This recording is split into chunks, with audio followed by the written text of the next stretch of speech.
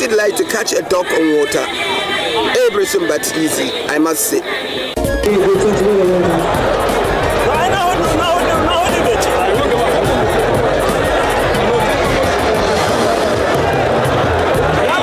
For the period while the events were going on, ahead of the day of fishing, the attendance was explosive. How much people of the world really miss Argungu Fishing Festival. The day of the festival will always be special. It is a spectacle, rare and brilliant. There are images you will come across perhaps once in a lifetime.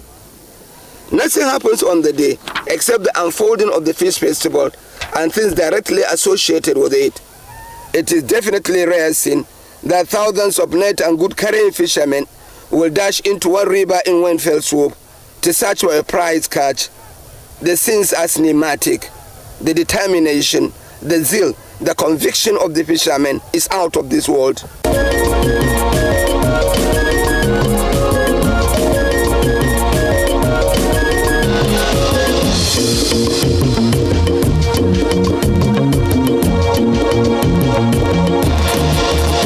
In a short while, the river was a mass of floating men searching for fortune.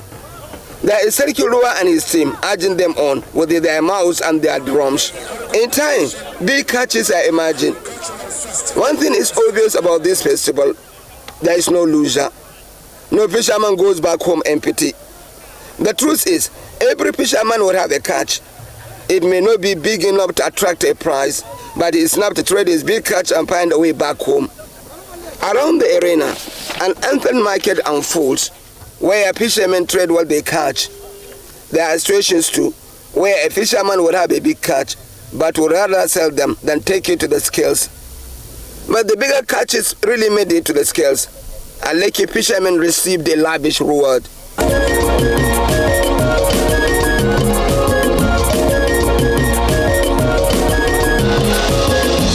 The story of it all is that Argungu Fishing Festival is magnificent, beautiful by all means. But there are sides of the ancient township that is scarcely out to the world, but is magnificent too.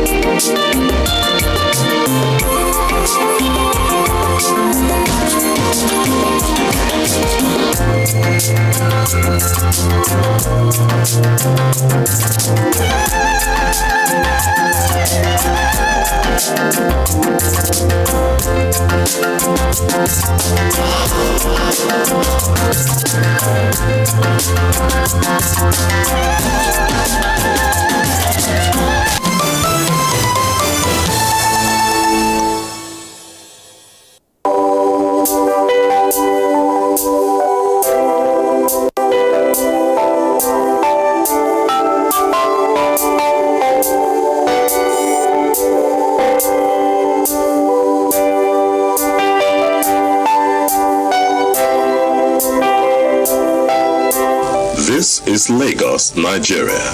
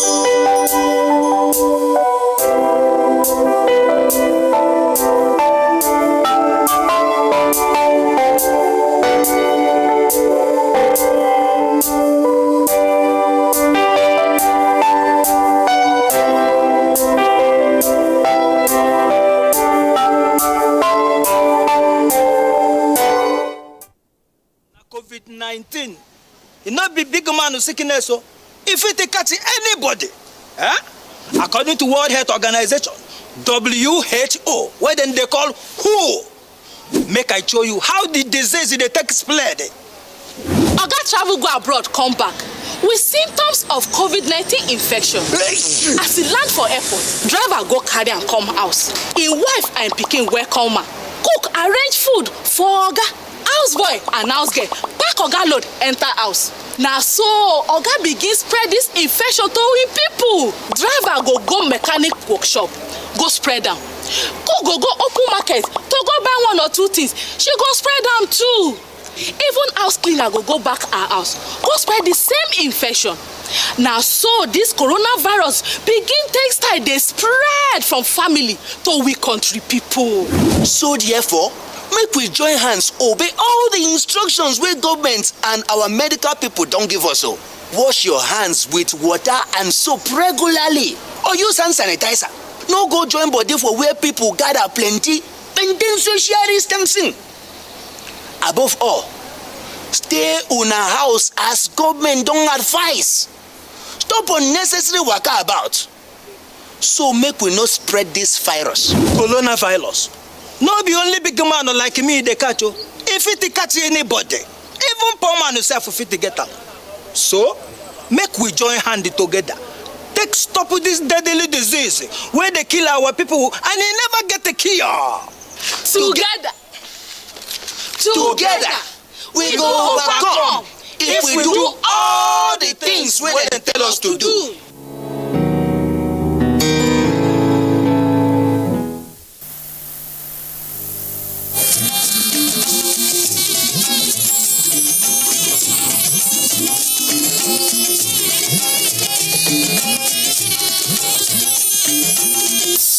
This is the network service of the NTA.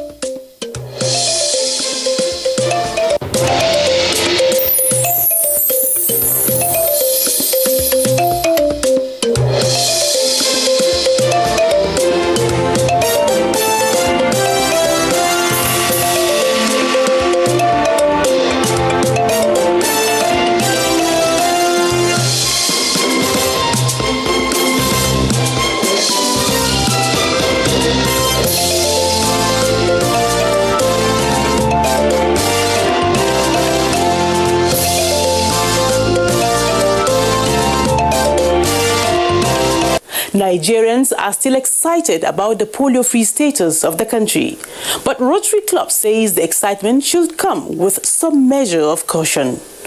Even as stakeholders acknowledge the need to re-evaluate, re-strategize and reinvigorate COVID-19 response activities, even as Christmas draws nearer, Nigerians are already in the market in search of needed commodities and items to celebrate Christmas. What is the situation on prices of food? Our correspondent will take a look on that. Now, to the world of information technology. This year's Gulf Information Technology Exhibition GITEX, which held in Dubai, harped on harnessing indigenous innovations for national economic development. Our correspondent was there to cover it all, and we'll be talking to him for more insight on innovative ideas shared at the exhibition. Welcome to the correspondent on the network service of the NTA. I am Tessie Omeri. Thanks for joining us.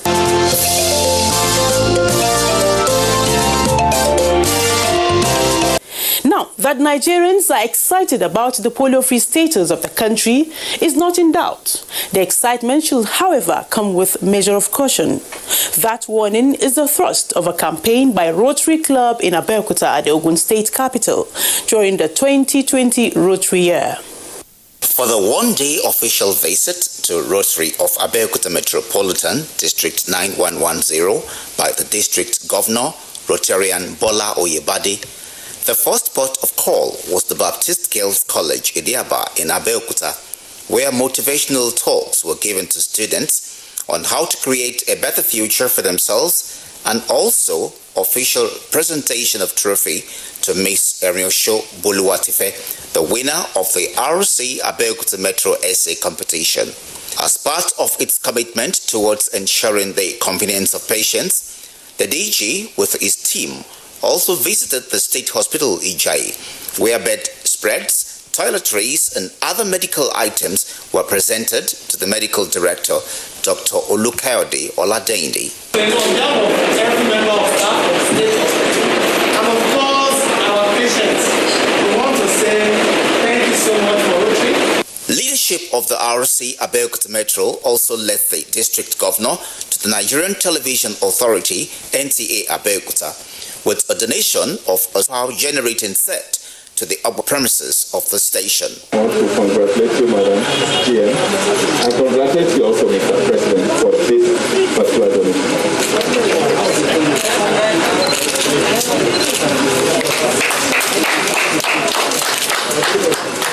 The General Manager, Fumi Wakama, who was very appreciative for the gesture, also called on other well-to-do groups and individuals to tow the path of Rotary Club for NTA Abeokuta to better serve the government and the people of the state. They are one of the few who've been able to, see our modest achievement and have decided to partner with us. We're grateful to them. Also, the Boston Correctional Facility was part of the places District Governor Train visited, where he had an impactful discussion with the children of the home and promised that Rotary International will continue to extend hands of fellowship to them. Since 1988, the incidence of polio has been reduced by more than 99%. According to WHO at the time, more than 350,000 children were paralyzed every year.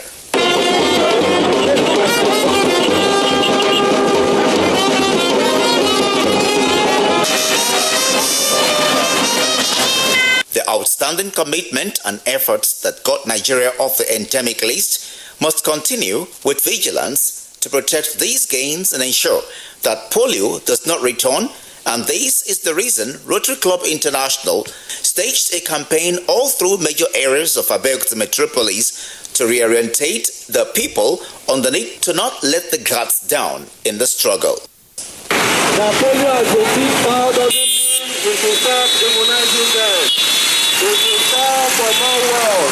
Let's continue to take them to the health centers so that they can take their immunization.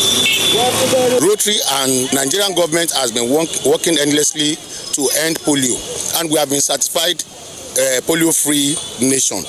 But this is we just have to double the effort so that we will not go back to where we are coming from.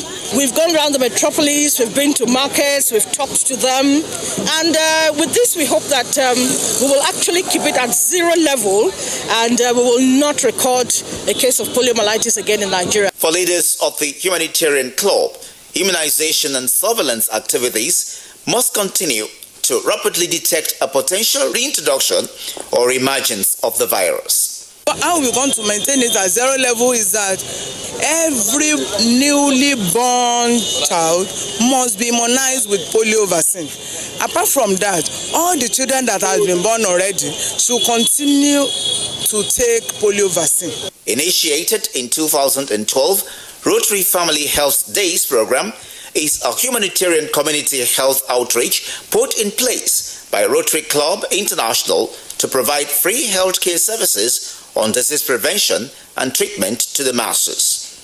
In partnership with other health agencies, Rotary Club of Abeokuta Metro took this year's campaign to Omida Market to meet the health needs of market men and women as well as the public in Abeokuta, with tests conducted on blood pressure, sugar levels, malaria, HIV. The chairman Polio Plus and Health Project, Olatunji Ola Davies. The event is one of the measures by Rotary Club Abeokuta Metropolitan to give back to the society. Basically, it is a medical outreach within community, free of charge, you understand, to just assess people's health. Some of the beneficiaries of the program describe the health program worthwhile. I can tell some people to come over and over to come and do the test. Climaxing the district governor's visit was a get-together organized by the Metropolitan Club, where a series of issues bordering on the growth of the club as well as community was discussed. I've seen Rotary being done in the perfect way. Part of the things we expect Rotary clubs to do to their communities are just exactly what the members of Rotary Club of Abuja have done. We also want to assist in the provision of water. The theme for Rotary 2020-2021 is Rotary Opens Opportunities.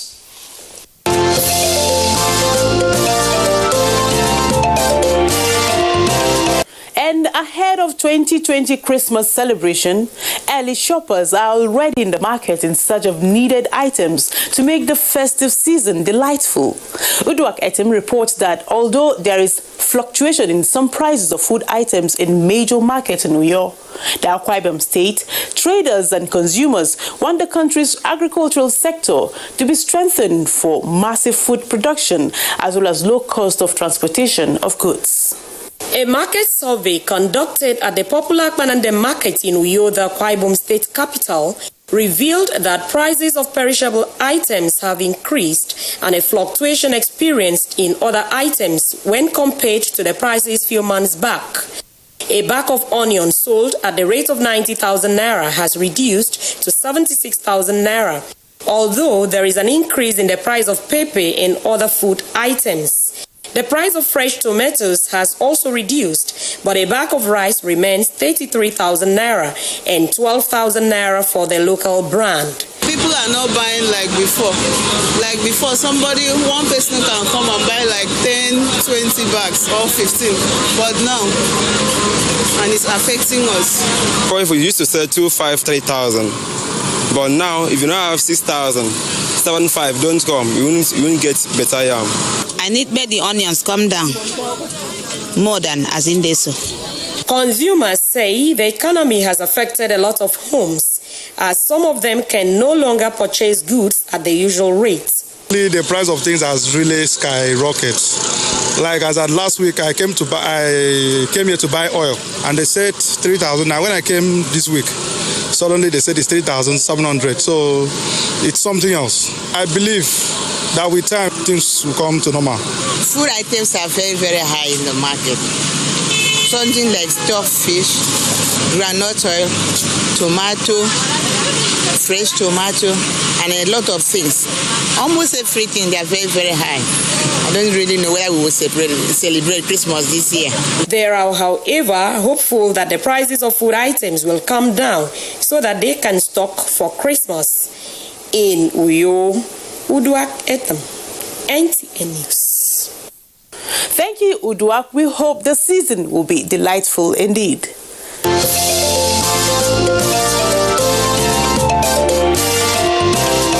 Moving on, although Nigerian startups were not able to pitch their innovative ideas in order to stand a chance of competing with their counterparts across the globe, at this year's Gulf Information Technology Exhibition GITEX, due to the coronavirus pandemic, their solutions were greeted with commendations.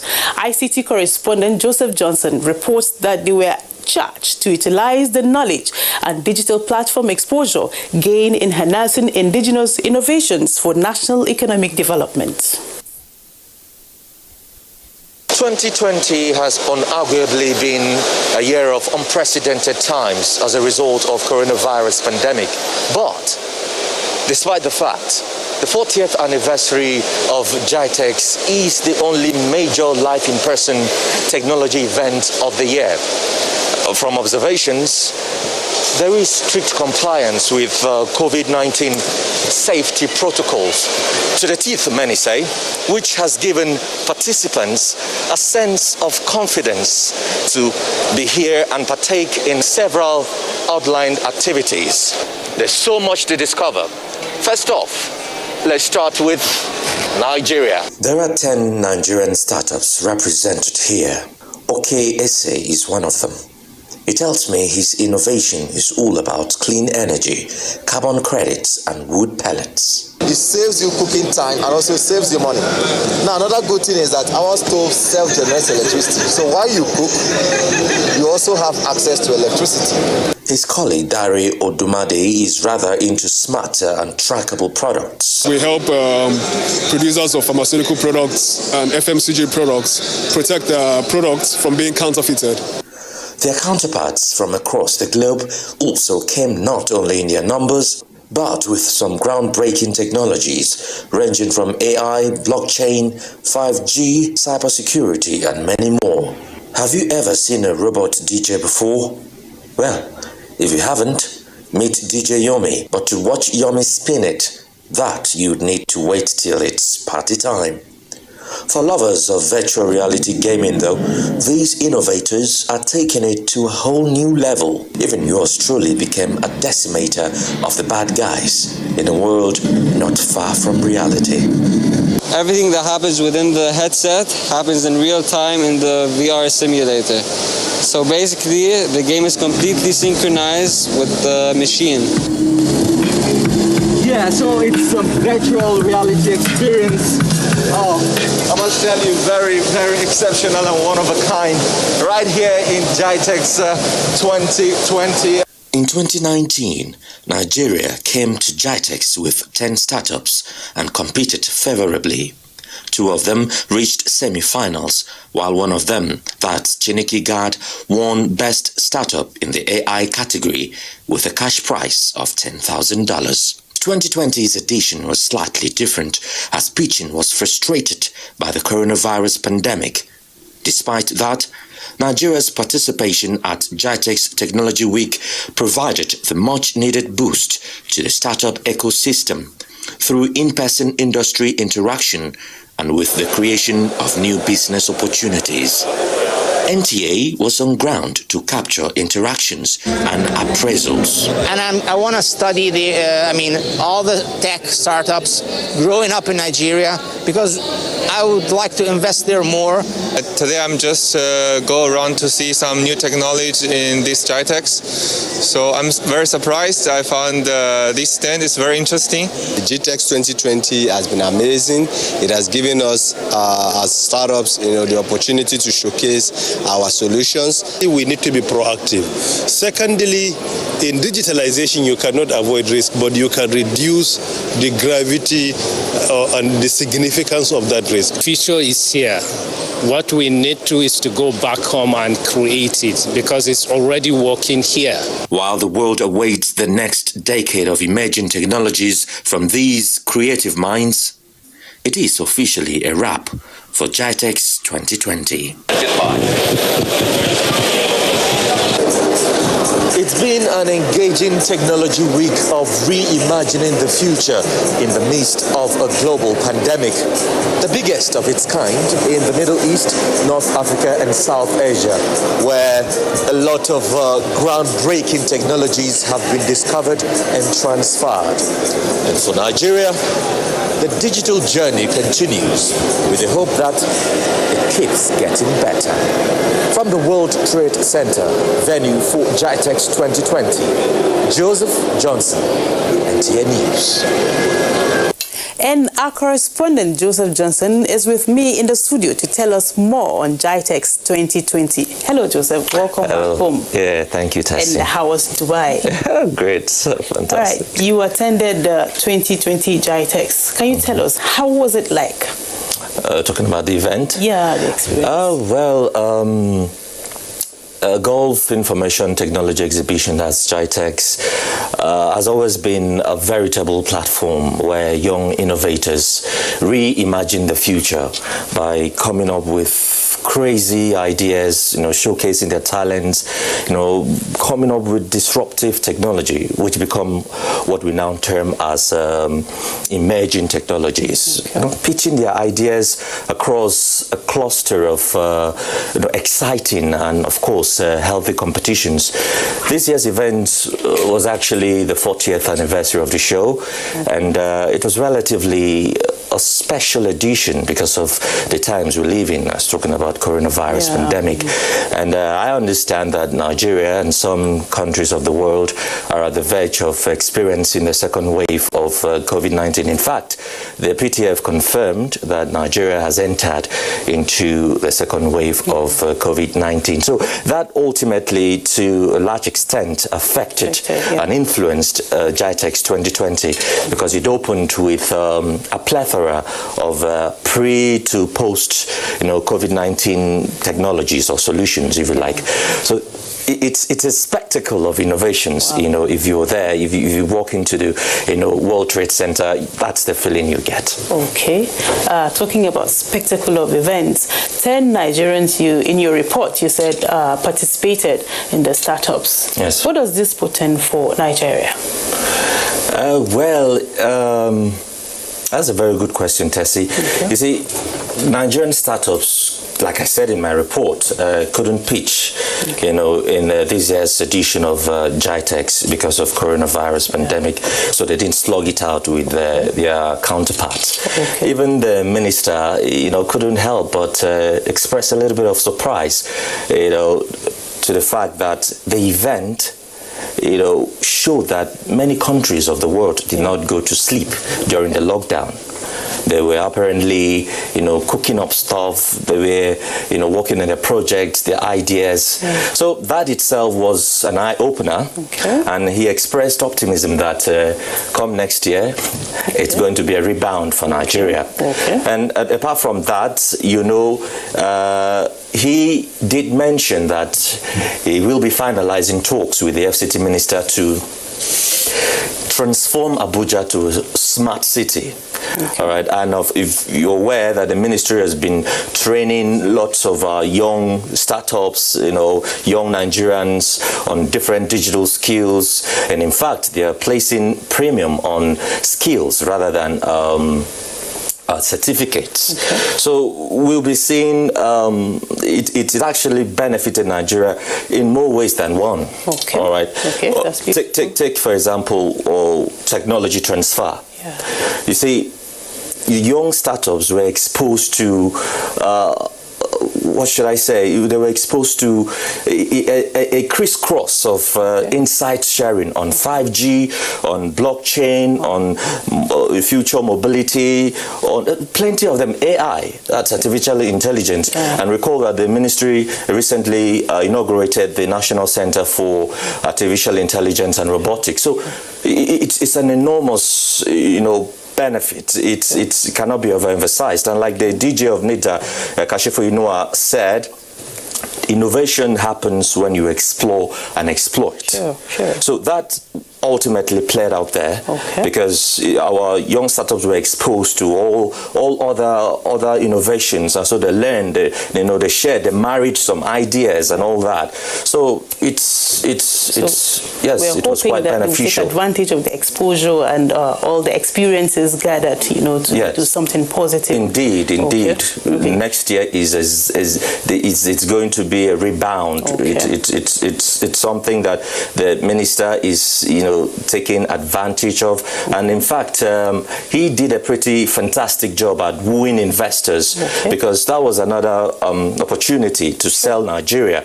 So it benefited Nigeria in that instance, because it allowed him to put out Nigeria and tell them from geographical advantage, population, innovative youth in the country. These were the opportunities, he had to sell Nigeria. And let me reiterate that the platform also, ensures that most ICT businesses thrive. Okay. So this, among other benefits. Okay, you mentioned, you dwelt so much on how COVID-19 affected so many things. Yes. Tell us, did you feel safe, while there? How was the safety measures? Yeah, absolutely. Okay. That, I believe, was the worry of participants prior to the event, including myself. Sure. But after a careful, I took out time to read their safety measures plans, and after just opposing them with what I met on ground, on arrival, I can confidently, without a doubt, say that measures were put in place to ensure, people are safe, from compulsory wearing of face masks, and all that. Hand sanitizers at designated points, contactless temperature checks, and plenty more. All right, Joseph, quickly, any projections, for the next exhibition? Yes, indeed. Like I said, despite the fact that coronavirus didn't allow startups to pitch, but the minister is looking forward to having a rebound next year. There are lots of activities taking place already in the country, and of course you know that the focus is to have a digital Nigeria come 2030, and the ICT sector has contributed immensely to the GDP. In fact, the NBS in the second quarter of 2020 report indicated that the ICT sector contributed above 17%, to the nation's GDP. So the minister is looking at taking it up a notch higher. So the 2021, there are so many, like the AI, artificial intelligence national center. We are going to be seeing lots of our youth being trained on all of these areas, and then of course, we're looking forward to having good Thank you so much, Joseph, for sharing your experience and your thoughts with us. Thank you so much. Thank you very much. Thank you very much, Tassie. All right, our correspondent Joseph Johnson there, and his experiences and all that on the GITEX 2020. And that concludes our package this week on the program. It's always a pleasure having your attention. We'll be here next week with another thought-provoking episode. I am Tessie Omiri. Bye for now.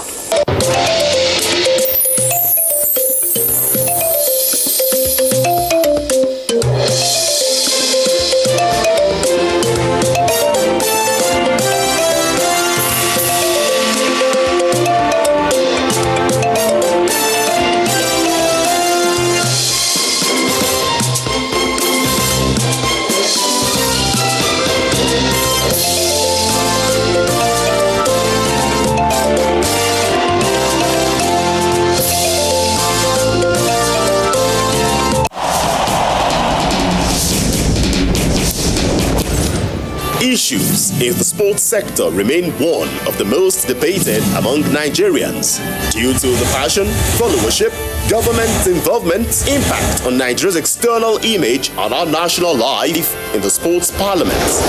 The NTA offers Nigerians deep views on issues with experts in the sports sector, offering in-depth analysis, hindsight, insight and foresight towards elevating Nigerian sports to the zenith on the floor of the sports parliament. Sports Parliament, a unique platform for sports discussions, showing live on the NTA. Keep a date with the parliamentarians. Your eyes have it.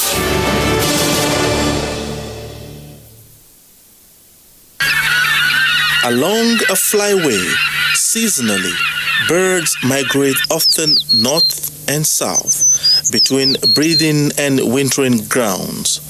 Many species migrate, and these occur naturally on one hand, even though out of necessity compelled by other environmental factors on the other hand. This migration carries high cost in predation and mortality, including hunting by humans. Migration is driven primarily by availability of food. It occurs mainly in the northern hemisphere, where birds are funneled onto specific routes by natural barriers such as the Mediterranean and Caribbean seas. Migration dates back to about 3,000 years. Every year, on the 9th of May, the United Nations celebrate World's Migratory Birds Day to create awareness and promote safety of birds that migrate. During flight, some birds become incapacitated and are unable to continue the flight, which explains why sometimes we wake up to the sight of rare species of birds in our compounds. What are we supposed to do should this happen? Globally speaking, in other parts of the world, value is attached to this species of bird, even though that cannot be said about most African countries, Nigeria inclusive, where these birds are hunted down either for food or sold in the market to make money.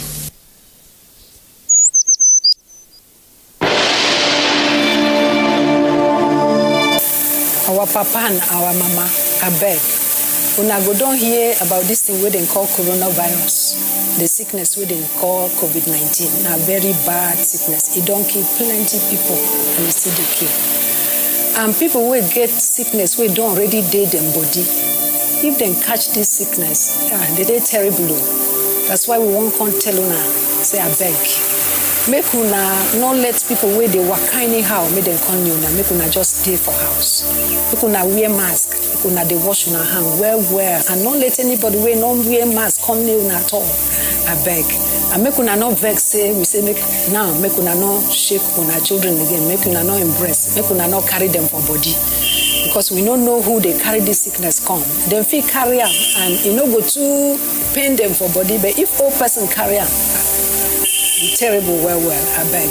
When una hear say anybody in body they hot well, the person they cough, dry cough. The person the breathing they hold am, no fit breathe well. Now be say that person fit get corona. That person una no go near am. Make una just call another person. We go fit help that person if then go help them. As una get other sickness for body and doctor don't give una medicine when they chop every day, make una no miss am. Make una they stretch body for house. Make una eat well. All these things when una do am plus all the things where government say make we do, make we for no collect this sickness. If una do am, una go stay strong, una go stay healthy. This message is brought to you by Gerontology Association of Nigeria, the GITEX Association of Nigeria, and David Mokoro Foundation in conjunction with the Nigerian Television Authority, NTA.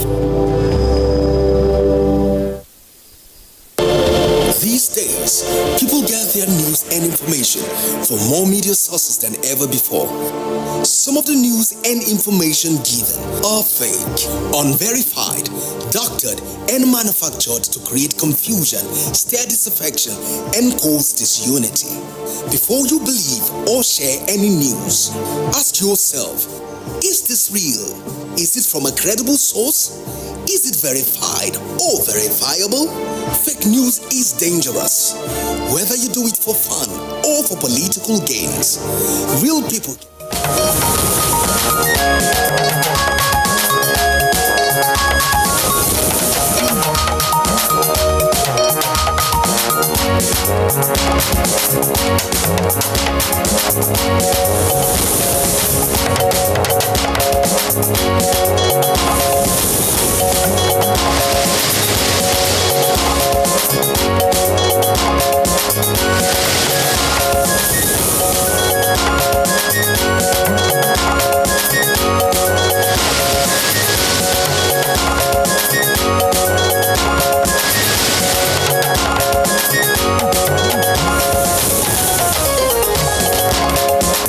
Presidency alerts Nigerians on smear campaign against President Buhari by disgruntled political elements.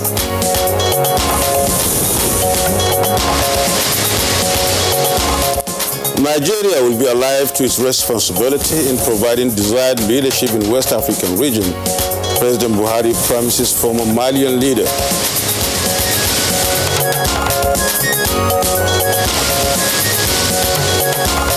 Towards ensuring security during Yuletide, Nigerian police deploys personnel across major cities in the country.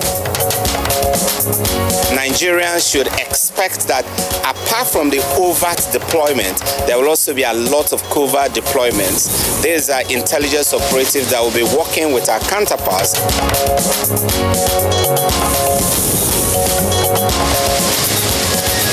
And on Good Morning Nigeria today, we shall discuss COVID-19 and the Yuletide.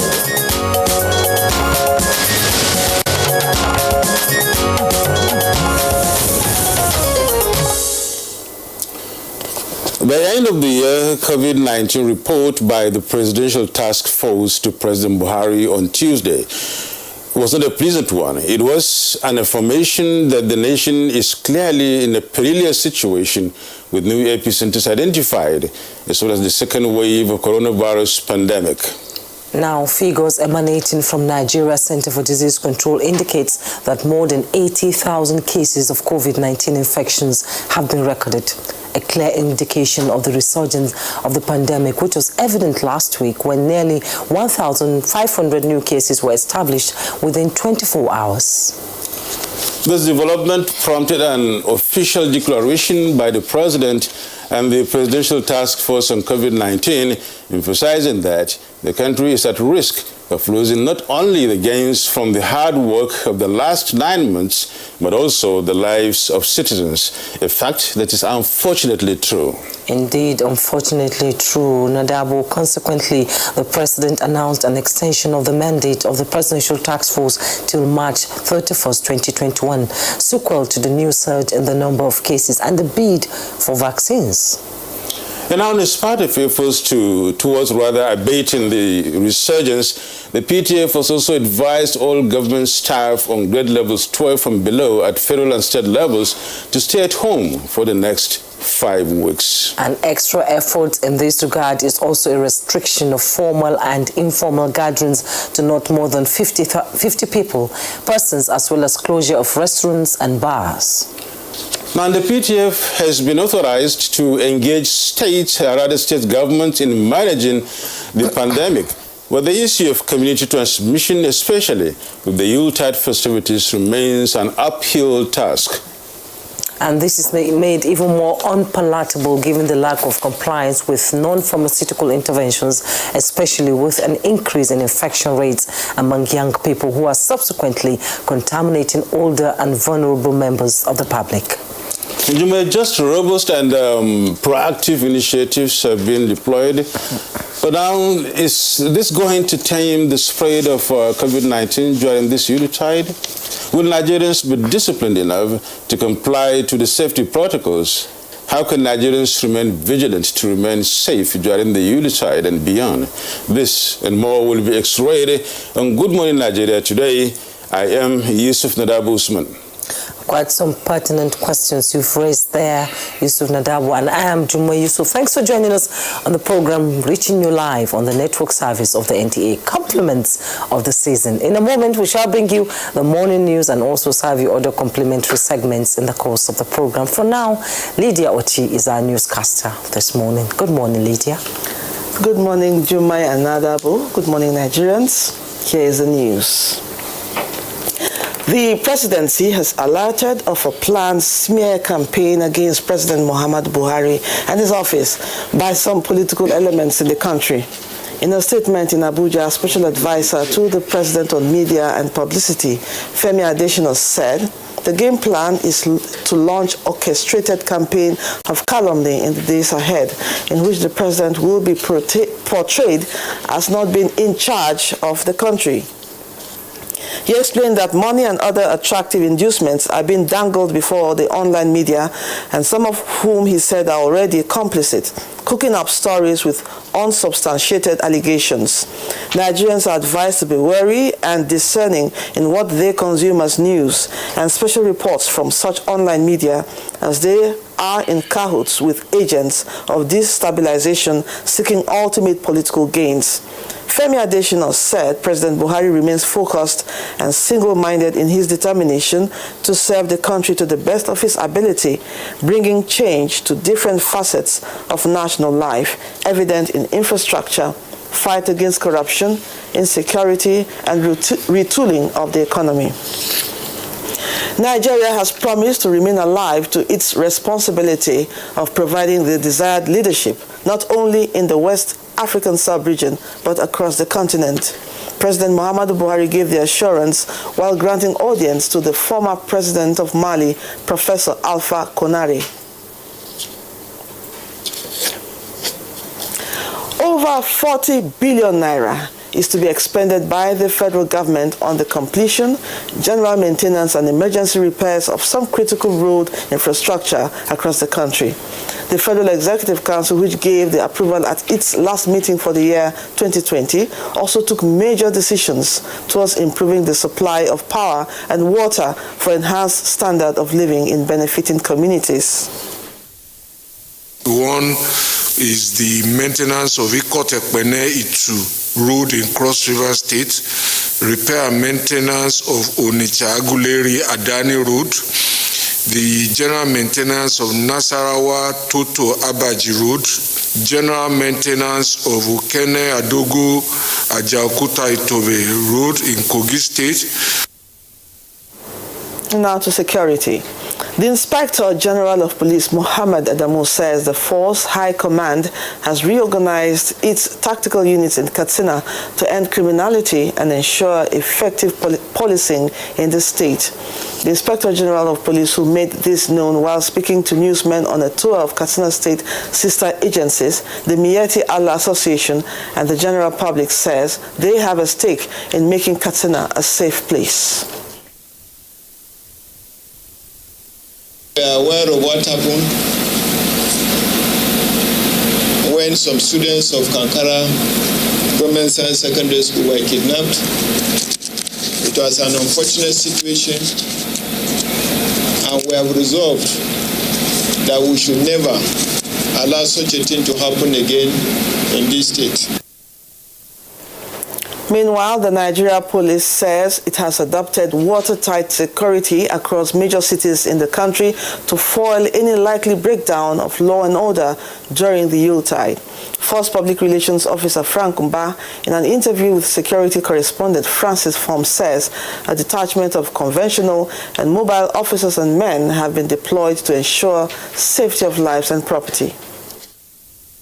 Nigerians should expect that apart from the overt deployment, there will also be a lot of covert deployments. These are intelligence operatives that will be working with our counterparts in the DSS and the defense intelligence to ensure that we are able to sniff out information, sniff out intelligence before criminals actually carry out their attacks. Frank Mba appeals to Nigerians to remain vigilant and raise red alert where suspicious movement and abuse of laws are observed. Families planning to engage in long-distance travels may have their fears of uncertainty allayed. This is because the Federal Road Safety Corps has made provision that would enable travelers seek the services of the Corps to help prevent unprecedented road accidents during the Yuletide. The Corps Marshal FRS Boboyi Oyeyemi revealed this at a media briefing where he updated the public on the level of preparedness of the Corps for the 2020 end-of-the-year special patrol. This year, the Corps is focused on the specific objective of the following: sustained reduction of road traffic crashes, injuries, and fatalities, ensuring compliance with the guidelines and protocol of the Presidential Task Force on COVID-19 as prescribed by the National Center for Disease Control. We have tasks ahead to ensure the full compliance with safety valves. Nigeria's Governors Forum is committed to working with the federal government and security agencies to tackle the prevailing security challenges facing communities in the northwest region of the country. The chairman of the forum and governor of Ekiti State, Kayode Fayemi, stated this while speaking to newsmen after a solidarity visit to Governor Aminu Bello Masari of Katsina State. With concerted efforts on our part as governors and the commitment of the federal government, we shall see the end of this criminality, this brigandage in our state. Now, COVID-19 update. Latest figures released by the Nigeria Center for Disease Control, NCDC, indicate 1,133 new cases of COVID-19 have been reported in Nigeria in 17 states. Of this, Lagos recorded the highest number for the day with 397 new cases, followed by the FCT with 357. Kaduna recorded 81, Plateau 63, Katsina 46, Sokoto 32, Oyo 28, Ogun 21, and Kano 19. Others are Rivers with 18 new cases, Osun 13, Edo and Niger 12 each, Bayelsa and Borno 11 each, while Bauchi recorded 8 new cases. Jigawa and Ondo round off the day's tally with 2 cases. On total number of cases per state, Lagos leads with 27,488 cases, followed by the FCT with 10,479 cases. Kaduna is next with 4,709 cases, while Plateau has recorded 4,367 COVID-19 cases. The total number of confirmed cases across the country is now 80,922. 69,274 recovered patients have been discharged, while the death toll now stands at 1,236. That's the morning news. The program continues with Jumai and Nadabu after this break. Compliments of the season and good morning. A scorecard like no other.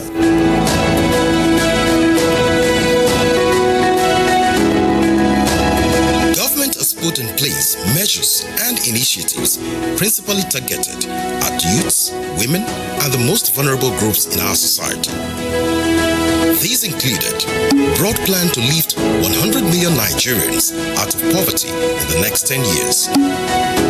The creation of 75 billion Naira National Youth Investment Fund to provide opportunities for the youths, and the Micro, Small and Medium Enterprises Survival Fund, through which government is A.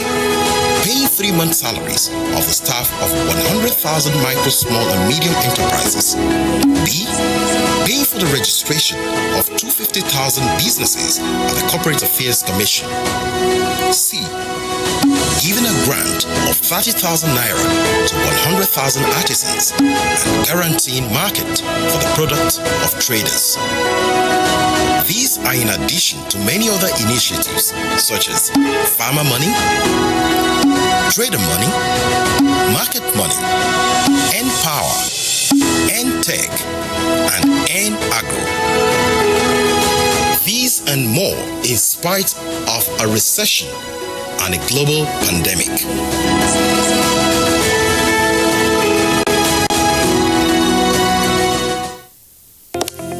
Although social media as a channel of communication is inherently harmless, it becomes harmful and damaging when used without discretion and thoughtfulness. Bad social media users spread rumors and fake news without verification. But good social media users stop, reflect, and verify information before sharing it. Be a good social media user. Stop the spread of fake news. Verify the authenticity of your source and use social media responsibly for a better Nigeria. This message is brought to you by the Nigerian Television Authority, NTA, in collaboration with the National Orientation Agency.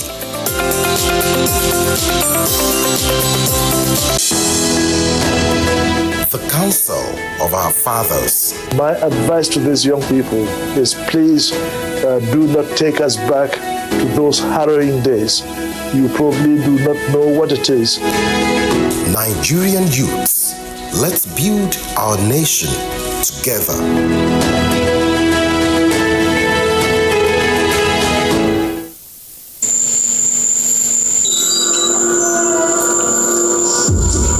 Life can be very eventful.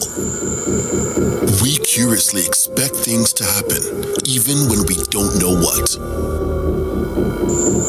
Our human nature makes us like and repost lots of information. Some are unverified, inciting anger and hate. Sometimes innocently, other times the urge to break it first. This, in most cases, has caused destruction in many nations.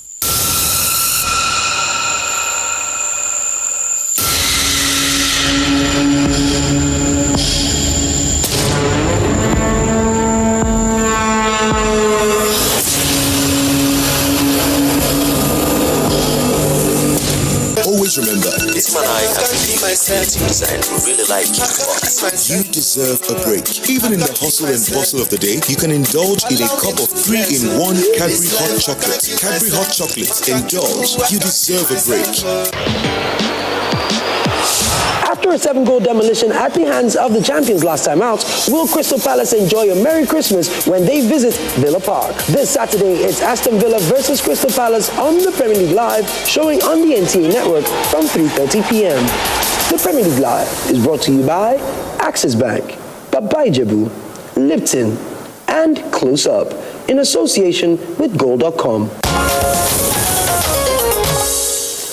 Thanks for rejoining us. Now, development experts suggest ways to fund 2020 appropriation bill.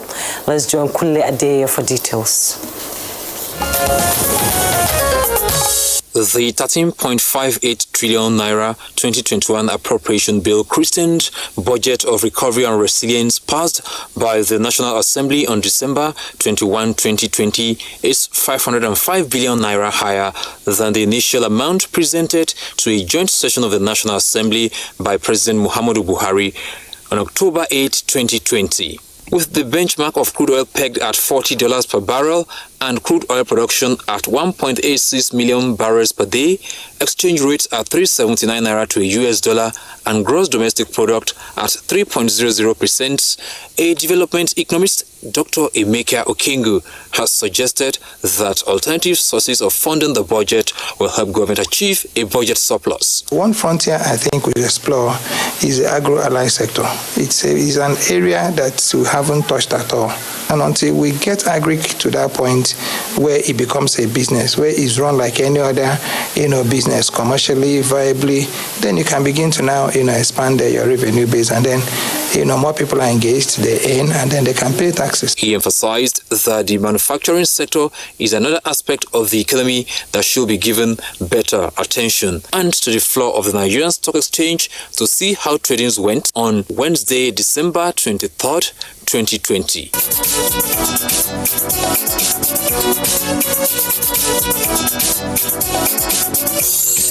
With business news, I'm Kunle Adeye. You're watching Good Morning Nigeria, reaching you live from the Nigerian Television Authority. One of our complimentary segments is the newspaper review.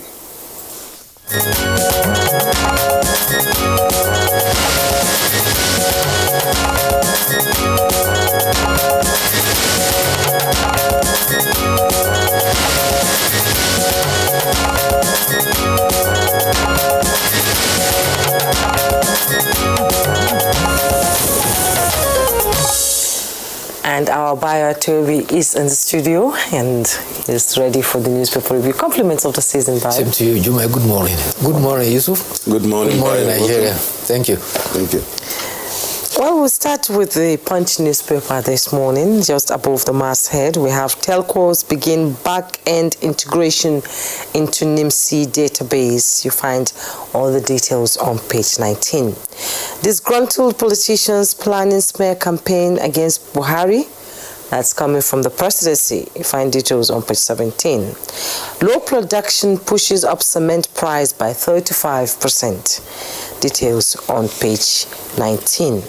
FG to deploy 200 security personnel to combat Apapa gridlock. You find details on page 27. And just below the masthead, ASU may resume strike in February. University unions war over 14 billion naira. With Rider, FG promises 30 billion for varsities revitalization before January, says ASU.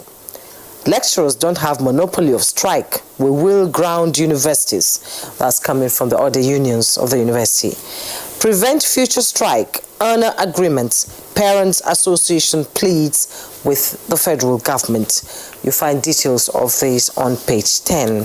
And amidst an upsurge of COVID-19, we see Christmas preparation. Travelers at Utako Motor Park, Abuja, on Wednesday, that was yesterday. You can see the crowd there, trying to get transportation to travel home to see their loved ones.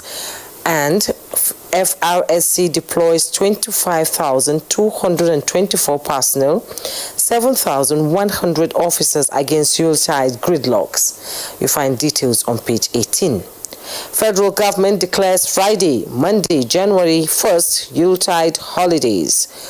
Details on page 9. 60% of Borno primary school teachers are unqualified. That's coming from the committee. Details on page 17. FCT shuts bars, parks for 5 weeks, restricts churches, weddings. You find details on page 18. Okay. Gunmen kidnap businessman in Kano, burn police van. That is on page 4. 15 killed, 58 injured in Kaduna Abuja Highway, Niger crashes. Details on page 9 and 17. Dabo. Well, here I have the Nation newspaper, and of course, above the masthead, we have this story that says, Saga-led agency converses reduction of governance cost. And you get the full details of that on page 5. And on page 4, Wiki, APC, and crossfire over performance. Makinde opens Rivers Road.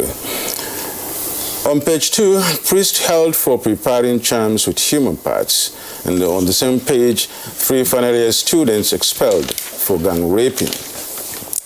The main story on the Nation's newspaper is about the universities of Nigeria. And it says, varsity workers kick against ASU. Kick as ASU suspends strike, that is. And there are some riders there that goes with such NASU, SANU, NAAT protests 40 billion naira and an allowance sharing formula. Now, under that, there's a story on the border closure and the border opening. It says, border still shut to goods movement. Below, you have a story on COVID-19, and that's Nigerians to get COVID-19 vaccine free, says federal government. Details of this will be found on pages 2 and 3. And the rider here is Jigar workers below grade level 12 to work from home. Ogun Ondo stop crossover services. And finally, you have IG senior officers seek end to banditry in Katsina, details on page 31. And Ganduje autumn sign budgets. You get the details of these budgets on page 31. Bayo, what's up? Well, thank you, Yusuf. Let's start with the ASU strike.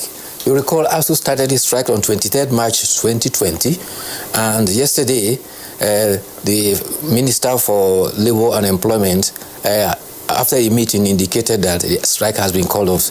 This is said to have followed a thorough discussion and conclusion reached over the memorandum of action with the federal government. But ASU President Biodun Oguyemi says lecturers sympathize with students who are also their children. Daily Trust, however, reports that there are indications that 2 months' salary arrears was confirmed paid. And the Minister of Labour for Employment also said that the planning of an end ASU to destroy public and private property or lecturers' home will be disappointed. ASU says it could not be distracted from its objective, and that objective is that of reversing the decay in the university system to reposition it for greater responsibility in national development. Meanwhile, ASU says it has only suspended the strike based on December 22nd agreement, but will resume a suspended strike if in the event that the agreements are not met. The agreement that has been in contention, you recall, will be the 2009 agreement, which later on dovetailed into 2013. As at yesterday, there is now a December 2020 agreement, which the ASU is holding the federal government onto. Meanwhile, federal government has now Friday 25th and Monday 28th as public holidays to mark Christmas and Boxing Day. Also, Friday 1st January is to be observed as New Year celebration. Minister of Interior Ralph Aregbesola felicitates with Christians and all Nigerians, both at home and abroad. He enjoined all to emulate the life of humility, service, compassion, patience, peace, and righteousness as the best way to celebrate the best birth of Jesus Christ. There is a smear campaign underway by an alleged procurement of offshore medium to to portray President Muhammadu Buhari as a leader not in charge of the country affairs. This assertion was made by Special Advisor to the President on Media Publicity, Femi Adesina. And he says the game plan is to disgruntled political elements is to launch a campaign of calumny. The Nigerians are advised to be very wary and discerning about what news and reports from induced online media coming, especially from abroad, cooking up stories and allegations to sow seeds of discord and discontent. It will be recalled that the Financial Times of London this week published a story saying Nigeria is teetering on the brink and risks becoming a failed state if things do not take a drastic turn. In an editorial, which the paper is entitled to express its opinion, but curiously, the Financial Times said, Nigeria is not a complete loss of hope if concrete and positive measures are taken to address current insecurity. But however, curiously, it says, a broad coalition that found political expression in NSAS movement provides optimism. So the Financial Times is saying our optimism as a nation ends in NSAS protests. And so Femi Adesina is saying that the Buhari administration will not be distracted and will continue to serve with heart and might, as already evident in infrastructure in roads, rail, bridges, and airport, as well as agriculture, which are worthy testimonial of the administration. But Bayo, before you continue, this very story from the Financial Times and the other media from outside seems to be a little bit worrisome, given the fact that when there is this kind of comments coming from outside, it means it must have been emanated from inside. And when you connect it to the issue of the disgruntled elements that are trying to tarnish the image of the president using foreign media and the rest of them, you see that there is a point there. It bothers one to start thinking, of course, why are people getting, what are the outside countries per se, and organizations getting so much meddled up in affairs of other countries, especially Nigeria? Because we invite them in, I think. There's no Nigerians go to the Embassy of America to protest something that is happening in Nigeria. At times, I just can't seem to understand why they do that. Well, there's no gainsaying the fact that we have challenges of insecurity in Nigeria. We're a sovereign country. Yes.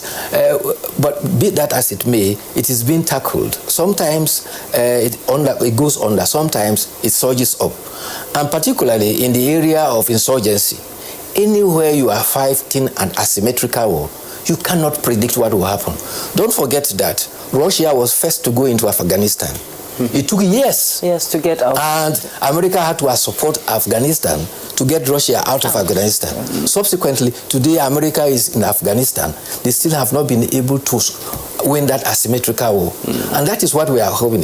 When they say that technically they have been defeated, they are looking at it from the point of view of conventional war.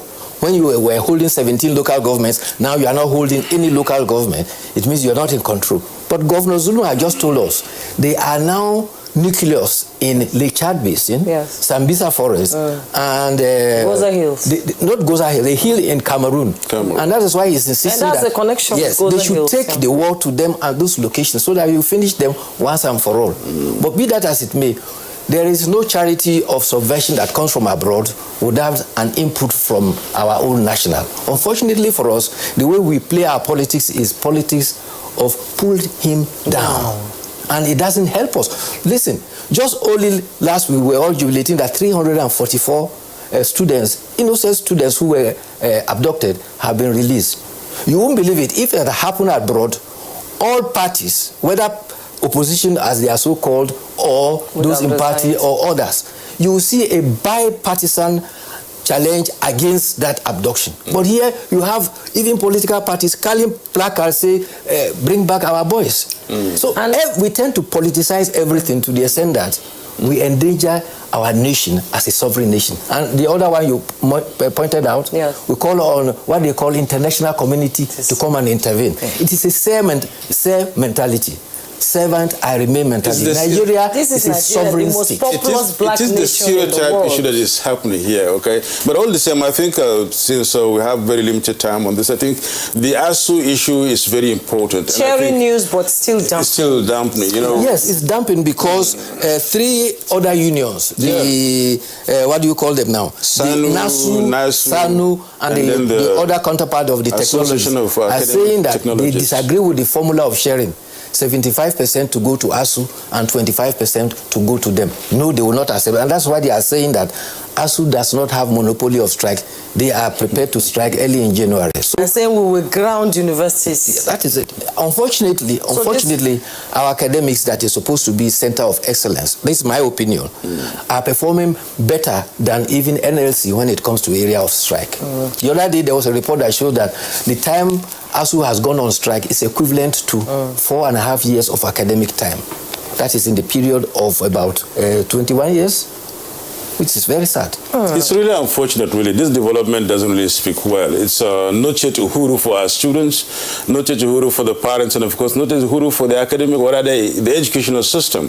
While the government is trying to do its bit, other institutions or associations within the university are trying to look at it from the other point of view. They may have a point, I will say, but they need to really not threaten really. And that's remember a very strong that one. an idle not threaten mind the students. is the devil's workshop. Yes. These youths at home doing nothing.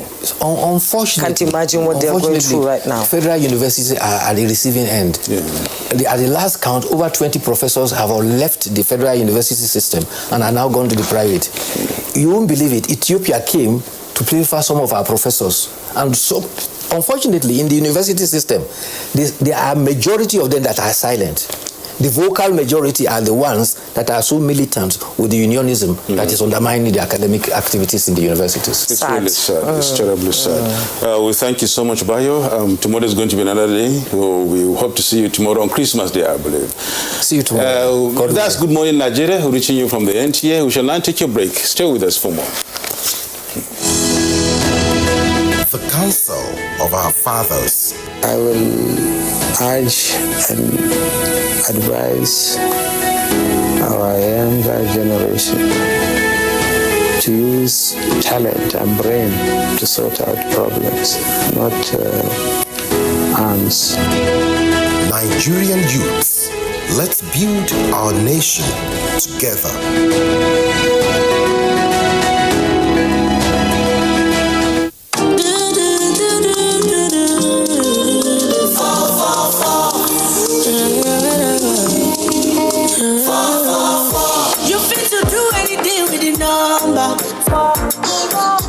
Everything is in no long thing with 444. No, let's scatter your brain with plenty numbers.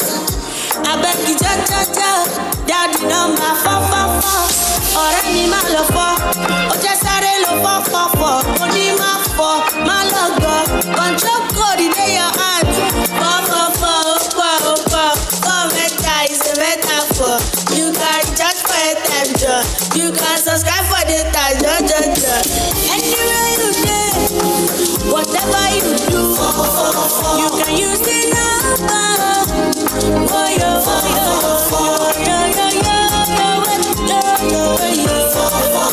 Airtel, the smartphone network. Nigerian youths are about the greatest assets the country has at the moment. It is therefore not surprising that the administration of President Muhammadu Buhari is strategically responding to the yearnings of the youth through multiple projects and programs. Youth entrepreneurship support years by Bank of Industry, the Youth Investment Fund by the CBN, and several other conditional cash transfer programs. Recruitment of 774,000 social workers, majority of whom are youths, and so many other projects that are beneficial to youths directly or indirectly. If the administration can do all this, definitely with a degree of patience and time, it can achieve more. Nigerian youths must come together to say no to terrorism, no to vandalism, and no to all disruptive tendencies. Hashtag Youth for Greater Nigeria. Pacifying the youths, unifying the nation. These days, people get their news and information from more media sources than ever before. Some of the news and information given are fake, unverified, doctored, and manufactured to create confusion, stir disaffection, and cause disunity. Before you believe or share any news, ask yourself, is this real? Is it from a credible source? Is it verified or verifiable? Fake news is dangerous, whether you do it for fun or for political gains. Real people can get hurt. Fake news, don't create it, don't spread it. This is a public service announcement from NTA.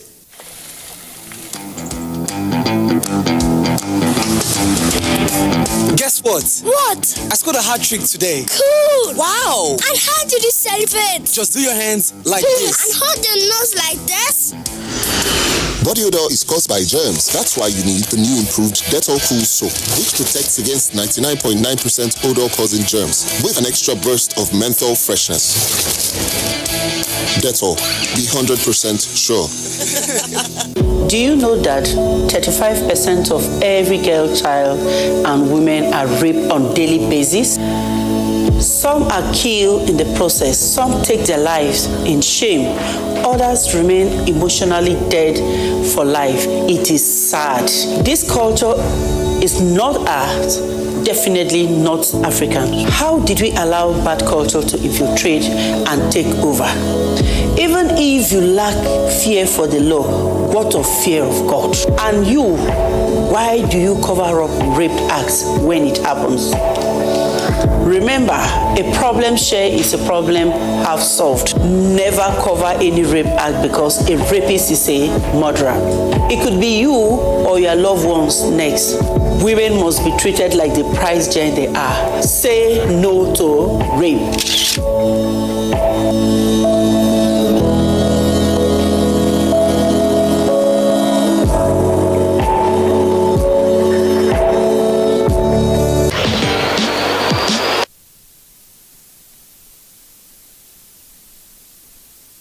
Enjoy a Merry Christmas when they visit Villa Park. This Saturday, it's Aston Villa versus Crystal Palace on the Premier League Live, showing on the NTA network from 3:30 p.m.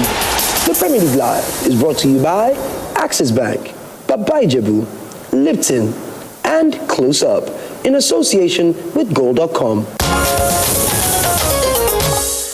This is Good Morning Nigeria on the network service of the NTA. Our conversation this morning is on COVID-19 and Yuletide. And to set the tone for the conversation is a background report put together by Dennis Agdegunloe.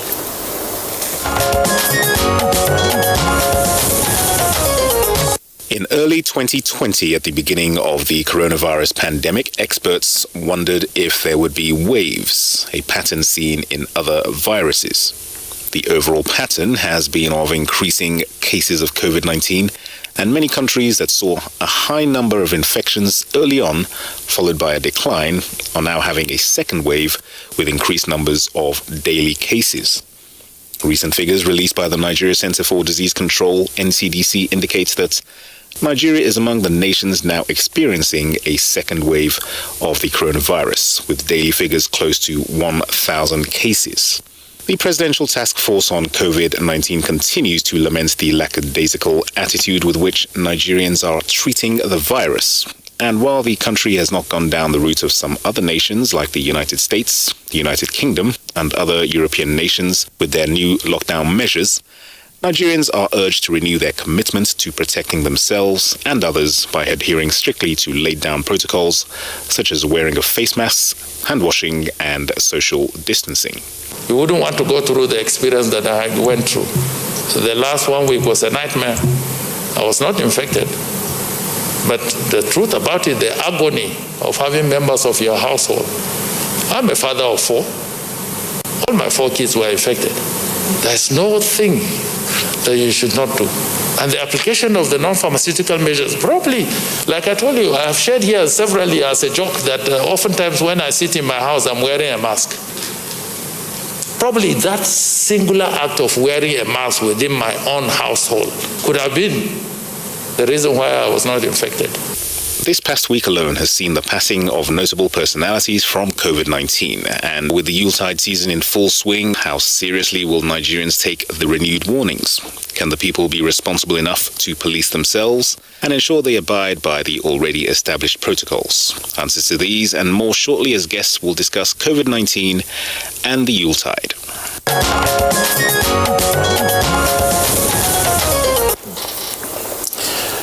And joining us to discuss COVID-19 and the Yuletide season is Professor Babatunde Shalako, Director General, Nigerian Institute of Medical Research. You're welcome, Prof. Prof is joining us through Zoom. You're welcome, sir. Good morning. Thank you very much for having me. Thank you very much. Also part of the conversation and in our studios here is Dr. John Oladejo from Nigeria Center for Disease Control. Thanks for joining us, Dr. John. Thank you for having me. Thank you. And we also have here in the studio Atta Ikaro, Chairman FCT Ministerial Task Force on COVID-19. It's a pleasure as always to have you. Thank you very much. Good morning, Nigeria. And from Anambra State, we have the Commissioner for Health, Dr. Vincent Okpala, who is joining us via Zoom. You're welcome to Good Morning, Nigeria. Good morning, everyone. Good morning, Nigeria. Okay, we're going to sort of start with Dr. Oladejo from the Nigeria Center for Disease Control, where it's like we're going back to where we were in June, July, with the numbers spiking up and just hitting us hard. What is happening? Thank you very much.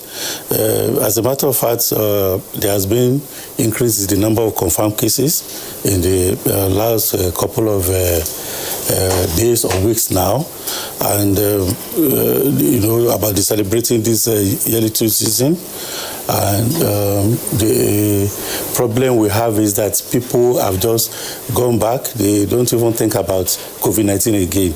You realize that when you go to maybe go to a gathering and you find out that you are the only one that is using face mask. So it's very, very worrisome to us because all the gains we had in the past are just going down the drain. And it's just because people are not complying with non-pharmaceutical intervention, which we are actually talking about on radio, television, sending SMS through NCC and so on and so forth. So it's very, very worrisome to the government. Doctor, the figures are really worrisome indeed. Yes. Paint the picture for us. Maybe that could help us, see how serious this issue is and people to really take serious measures against it. As a matter of fact, there has been up to date, we have 80,922 cases confirmed. Up to date, which so there's a serious increase on the upsurge of the number of confirmed cases. We have 69,274 cases that have been discharged, and we have 1,236 deaths, across 36 states plus FCT.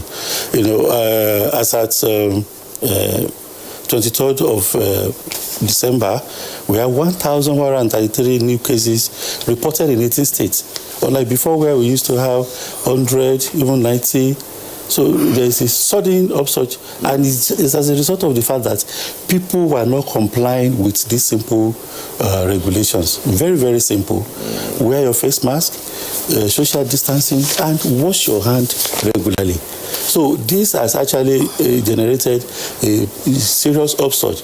When you go to any business offices, you go to public offices, people were not actually complying with this. So this has really made it to increase suddenly to this absolute level. So it's highly worrisome. Now, be that as it may, when you look at the situation at the moment, you find out that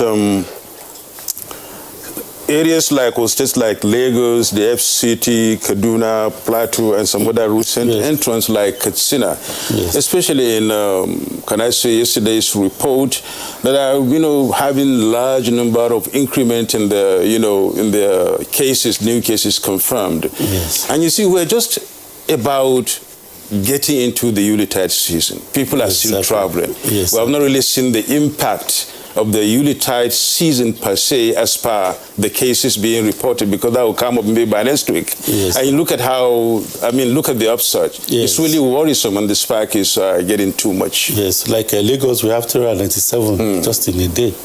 And then FCT, 357. Kaduna, 81. Plateau, 63. Katsina, 46. Sokoto, 32. Oyo, 28. Ogun, 21. Kano 19, Rivers 18, Osun 13, Edo 12, Niger 12, Bayelsa 11, Borno 11, Bauchi 8, Jigawa 2, and even Ondo 2. So this shows that there is a serious issue at hand, and the way we can really handle this is for our local level to continue to talk to people, because at the federal level we are doing our best, and we can see it. One of it is what we are doing right now. But at the local level, people don't still yet believe, despite the fact that this COVID-19 is real. That we have seen people that have had it, and some of them were able to survive, some of them died. But people, I don't really know what really happened to them. They still don't believe that this thing can happen to me. And that is what is causing all this trouble. So we are actually working with the volunteers at the community level to be able to reach all the churches, the mosque, even some traditionalists, to ensure that they really talk to their word. The Federal Ministry of Health, that is the Honorable Minister of Health, just set up a very high-power committee to go to the states now, especially those states where we are having the higher number of cases, to be able to talk to the governor, deputy governor, governor's wives, even the party members, so that we'll be able to tell them this is the problem and this is how we can tackle it, this is the strategy we need to use, and then be able to work on it. That is what we are really doing now, especially for this yearitude. Okay, now these are just some measures being taken. Let's go over to Professor Babatunde Sholako, Director General, Nigerian Institute of Medical Research. Let's hear your views and let's hear your comments about this recent upsurge in the number or the spike in the cases of COVID-19 in Nigeria. What do you think should have been the cause of all this, in spite of the fact that the Yuletide season is not here yet, and there may be some more cases after or during the Yuletide? For now, there are so many cases. Looking at Thursday, when there was 1,000 plus cases, and even yesterday when another 1,000 plus case came up. Now, what do you think are the causes of this in spite of people's nonchalance? Well, if I get your question right, I believe that what happened was that a lot of people let off their guards since we started having lower numbers. And in some states,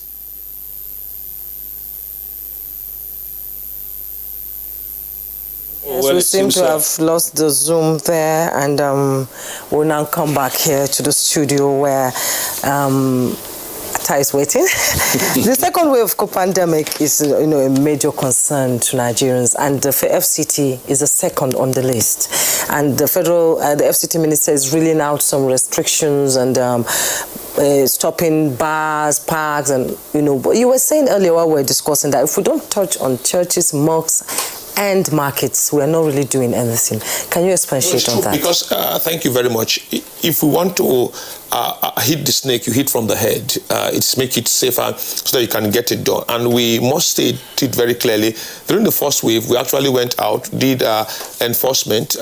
Largely, the Commissioner of Police for the FCT is the one who supervises our operation. We who are in the field here, that's Mr. Balachi Roma.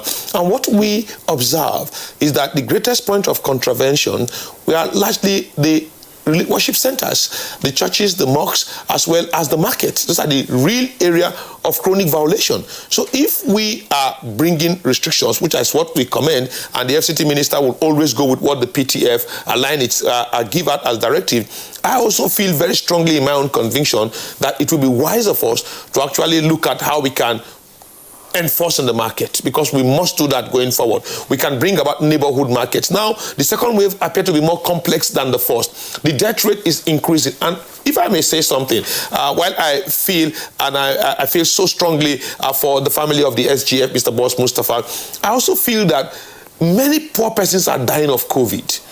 I told someone we had a nurse in Maitama Hospital who died 3 weeks ago. Nobody reports that. It did not make headline anywhere. But when the big family catches COVID, it makes the headline. So the poor man is not connecting with COVID. As far as they are concerned, it's one big thing for the Maitama boss. The governors are the ones we are seeing every day with COVID. We see the minister, we see those ministers, and those who are highly placed. But poor men are dying daily, coming down with COVID, and no one is reporting it. And I feel that is the conversation that the media should be turning to.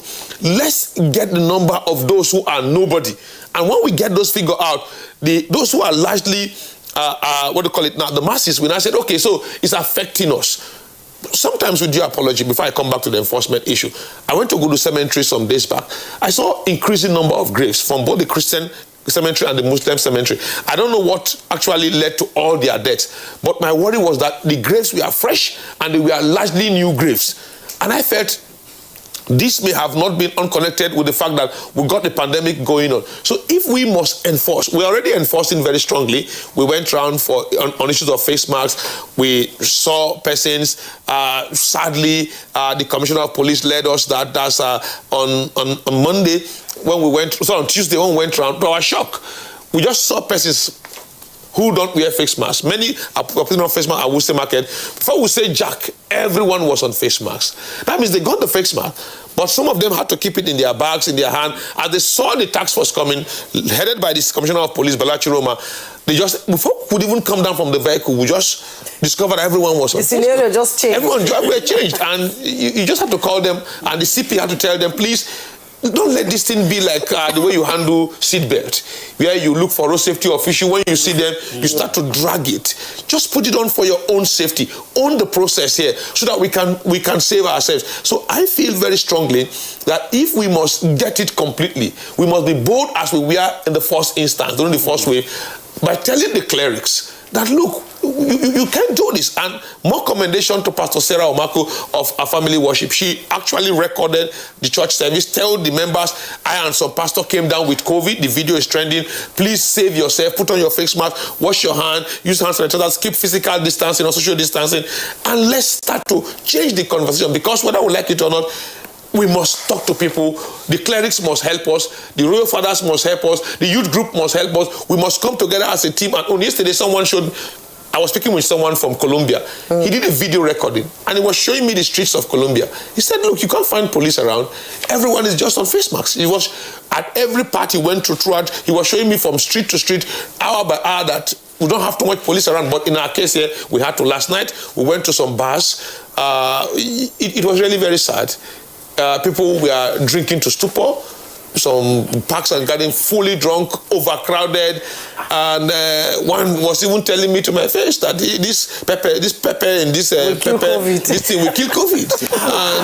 It looks so. One other person at the gate told me that, look, this thing not be poor man problem. It's not our problem. I should go and bring one poor man that died of COVID. Some even say it doesn't exist. It doesn't exist at all. So I think we need to change that conversation. It's going to help every one of us here, because the wave is more complex than the first. Yes. I told my wife, if you look around, people just keep calling us, somebody's dying somewhere. At almost every 2 days, somebody close to us will die. I called somebody, say happening to you. He said it's also happening to him. Friends are just dying. People are dying almost everywhere. So we must be very, very careful here. Most times, like what I said, let's get the downtrodden. Let's report, let's play down on the elite. When we play down on the elite and we now see poor people coming down with COVID, it will help us. During the first wave, someone close to my house had COVID. She had to stay at the center with the baby that is now up to about a year. They had to stay together. I said, this is what we need to report. Just report the poor people. Leave the elite and you will see everyone behaving appropriately. When you leave the conversation at ministers, governors, deputy governors, their wives, the masses will just be there doing their thing. Okay. It seems like the crux of the matter is attitudinal thereabout. And we need to really hit it at that point so that we can now have people voluntarily comply to these protocols. But before we talk about that, let me get over to Dr. Vincent Opala, who is joining us from the Commissioner held Anambra State, that is. Dr. Vincent, the issue here, as I just said, is attitudinal. And if I can just lay a little scenario to you, when I was traveling back home sometimes to Adamawa, was it in August or September? From here down to Jos, Bauchi, Gombe, and the rest of them. The moment you leave the Federal Capital Territory, outside, people don't comply with this. And of course, states are the most, are the culprits in this regard. What is the situation in Anambra State, and how are you addressing it, for instance, so that we can now say maybe efforts being made to address the problem? I'm sorry. Seems to have a problem with the connection there. When we are able to rectify that, we get back to him. Let's talk about this. Okay, he's back. Right on. Can you hear you? Can you hear us now? That's a very Dr. Vincent, can you hear us? Hello? If I read it correctly, what we have done in the state is that we have intensified sensitization. We've intensified our surveillance and risk communication. We understand and appreciate that the second wave is here with us. The numbers are gradually increasing. We have an influx coming down to celebrate Xmas. And we have tried to intensify risk communication to the different groups in the society. We have gone out there to intensify sensitization and risk communication with our market groups, the 63 markets, the motor park operators, and we've gone to religious leaders, we've spoken to them. We've organized the COVID-19 team in the task force in the 326 political wards. We have also intensified risk communication among these groups. So the message out there is people should observe the protocols, the COVID-19 protocols that has been laid down by the NCDC and COVID-19 PTF. So we are increasing that message and taking it out there to the communities, to the masses. And our hope is that there will be increased compliance to the observation of COVID-19 protocols. I'm still staying with you. No doubt the pandemic has revealed or sort of exposed the vulnerability of the Nigerian health sector. So what is the response of states to infrastructure and institutional capacity right now?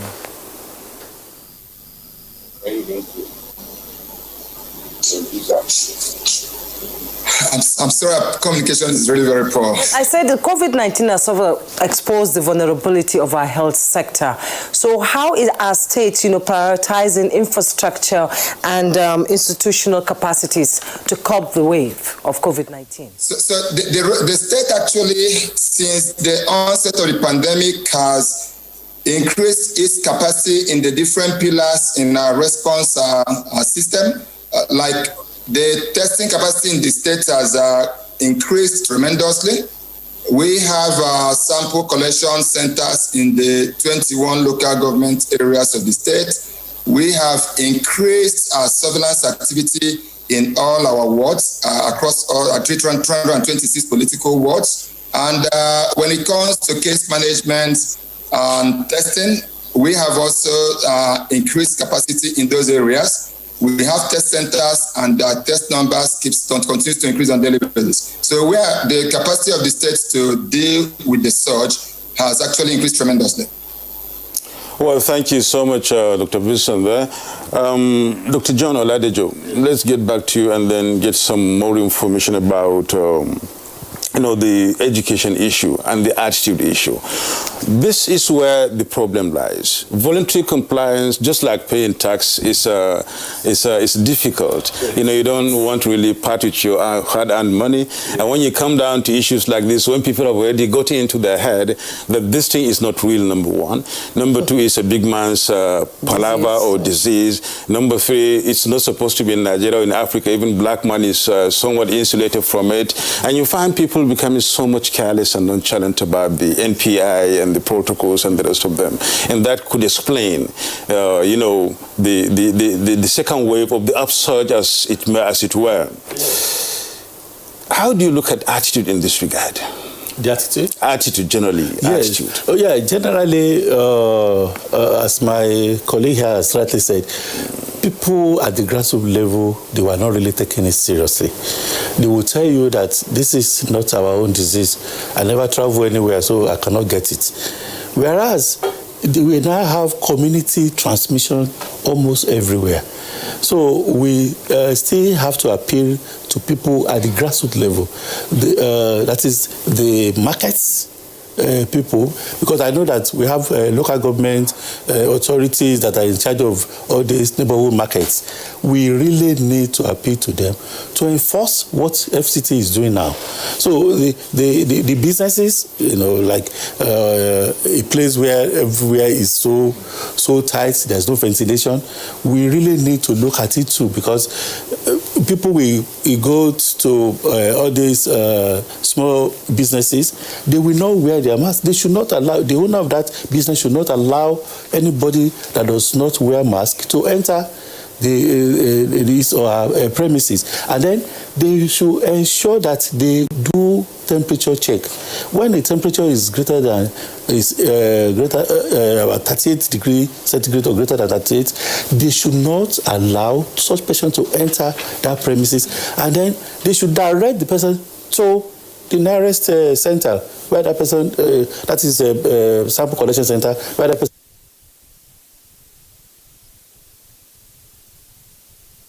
and PTF are actually working on to ensure that this wave will not, carry everybody away. So we are really, looking at the community.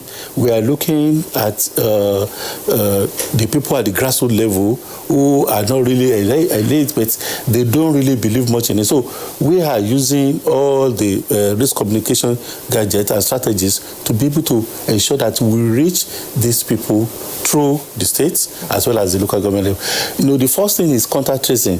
When somebody comes down with this COVID-19, who are the contacts around him or her? Where are they? So the community should be able to assist in ensuring that we are able to trace all these contacts through our volunteers who have been, we trained them in June and July, and we are equally trying to refresh, to do a refresher course for them again, because this Christmas period is something that, we spread the disease if care is not taken. So these are the strategies we are using to ensure that we cope this spread. Are they all over the place? Yes. Because especially the areas because of the United season. Yeah, especially areas where we're having a very large number of cases that are actually occurring every day. So some states have actually requested for technical support at the federal level. And our rapid response team are in this state, especially in Kaduna State. Then we equally have people that have been trained already, and they are already at the local level to ensure that they assist in the sample collection, they assist in the isolation center, and they are able to sort out some of the technical issues around it. These are the things we are doing, which we believe will really cope this second wave. You were talking about volunteers. Are you still going to use the same number of volunteers you used during the first wave of COVID-19, or you're going to increase the numbers? Because the numbers, it's spiking. Yes, we are increasing the number. Okay. That one cannot. In fact, we are doubling it. Because, that period, we were not really having it as high as this. But now it's doubling. So we have to double. Even the number of supplies that were going to the States. For example, we just sent that of December about 2 weeks ago. We double all the materials we sent to the state. Initially we have only 15 molecular laboratory. Now we have it in every state, even in local governments, in each of the federation now. So we are equally even going to the world so that people can, when they have temperature or when they feel that, yes, let me go and know my status, they will just walk and then know their status, and immediately, if they are positive, they are moved to the treatment center and they are being treated. So all these materials are in place. We have them in the warehouse, and we're already pushing them to the states to ensure that we curb this spread. Okay. All right. Many thanks, Dr. John Bay. Ikharu, I would want you to really... I think Professor Salako is ready. Is he ready? Okay. Yes, let's go to Professor Salako, I think. All right, go ahead. Professor Babatunde Salako, I'm coming to you now. President Muhammadu Buhari has, said that there should be speedy and strategical access and administration of the COVID-19 vaccine, and it should be in a safe, effective, and timely manner. So what are we looking at in achieving this in Nigeria now, as the numbers keep going up? Well, I believe that what we need to decide first is the type of vaccine Nigeria is going to purchase. The issue of cold chain, for one of them, is very important. And on ground, we do not have many such freezers that could keep the Pfizer vaccine.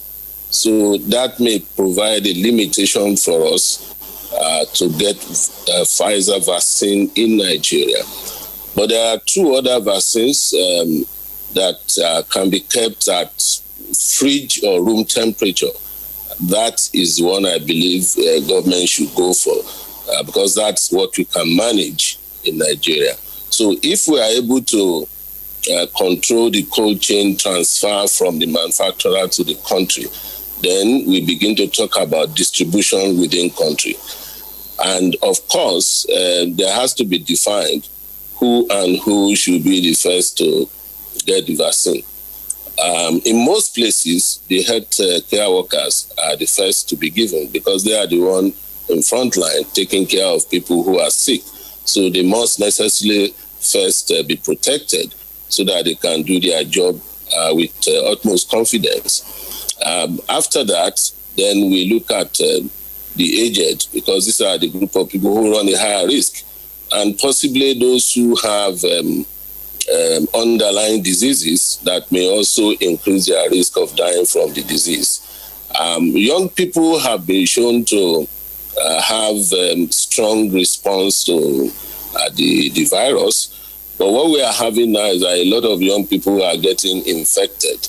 Although we are not recording as much mortality as being recorded elsewhere, but they could form the next category of people that with these things will be given to. Children have not been shown to have serious morbidity and mortality cases, so they may come towards the end of the ladder when we are looking at the hierarchy of how the vaccines should be given. However, I believe that we should look at the number of people who have come in contact with the virus, validating some rapid tests that can show us that some people have developed antibodies to the virus, even though we are not sure yet for how long these antibodies could last. But it can also be an opportunity for us to triage the people who give the vaccine to. So if we test you, and you already have natural antibody to the vaccine, you may be asked to go and stay behind first, and then the vaccine be given to everyone that is negative, so that they can also be covered. After all, even the vaccine itself, we don't know how long the antibody is going to evoke, will last in the body. So these are the ways I believe we should look at it, so that we can cover those who are at risk. I'm on network. Okay, we hear of mutating strain of COVID-19 manifesting in the UK and back here in Nigeria. Should we be worried, Atta? Well, for me, we should be worried. And though not a doctor, a journalist by profession, from what the medical practitioners are telling us, my greatest worry, connecting, I'll come out to the vaccine, connecting our topic to Yuletide and COVID-19, is what someone described as the COVID salad. And I will explain that here. People see us from Lagos and Abuja as wealthy people in our villages, and we are heavily welcomed at all times. Yes. Now, this is Yuletide. As we speak now, thanks, the Anambra State Commissioner for Health is here. He can tell you that the Onitsha bridgehead is getting clogged. So many persons are coming in and it's almost getting blocked this morning. So by evening, it will be almost impassable. 9th Mile is almost impassable. Gwagwalada, Zuba, Lokoja is almost impassable. Everyone is rushing home for Christmas.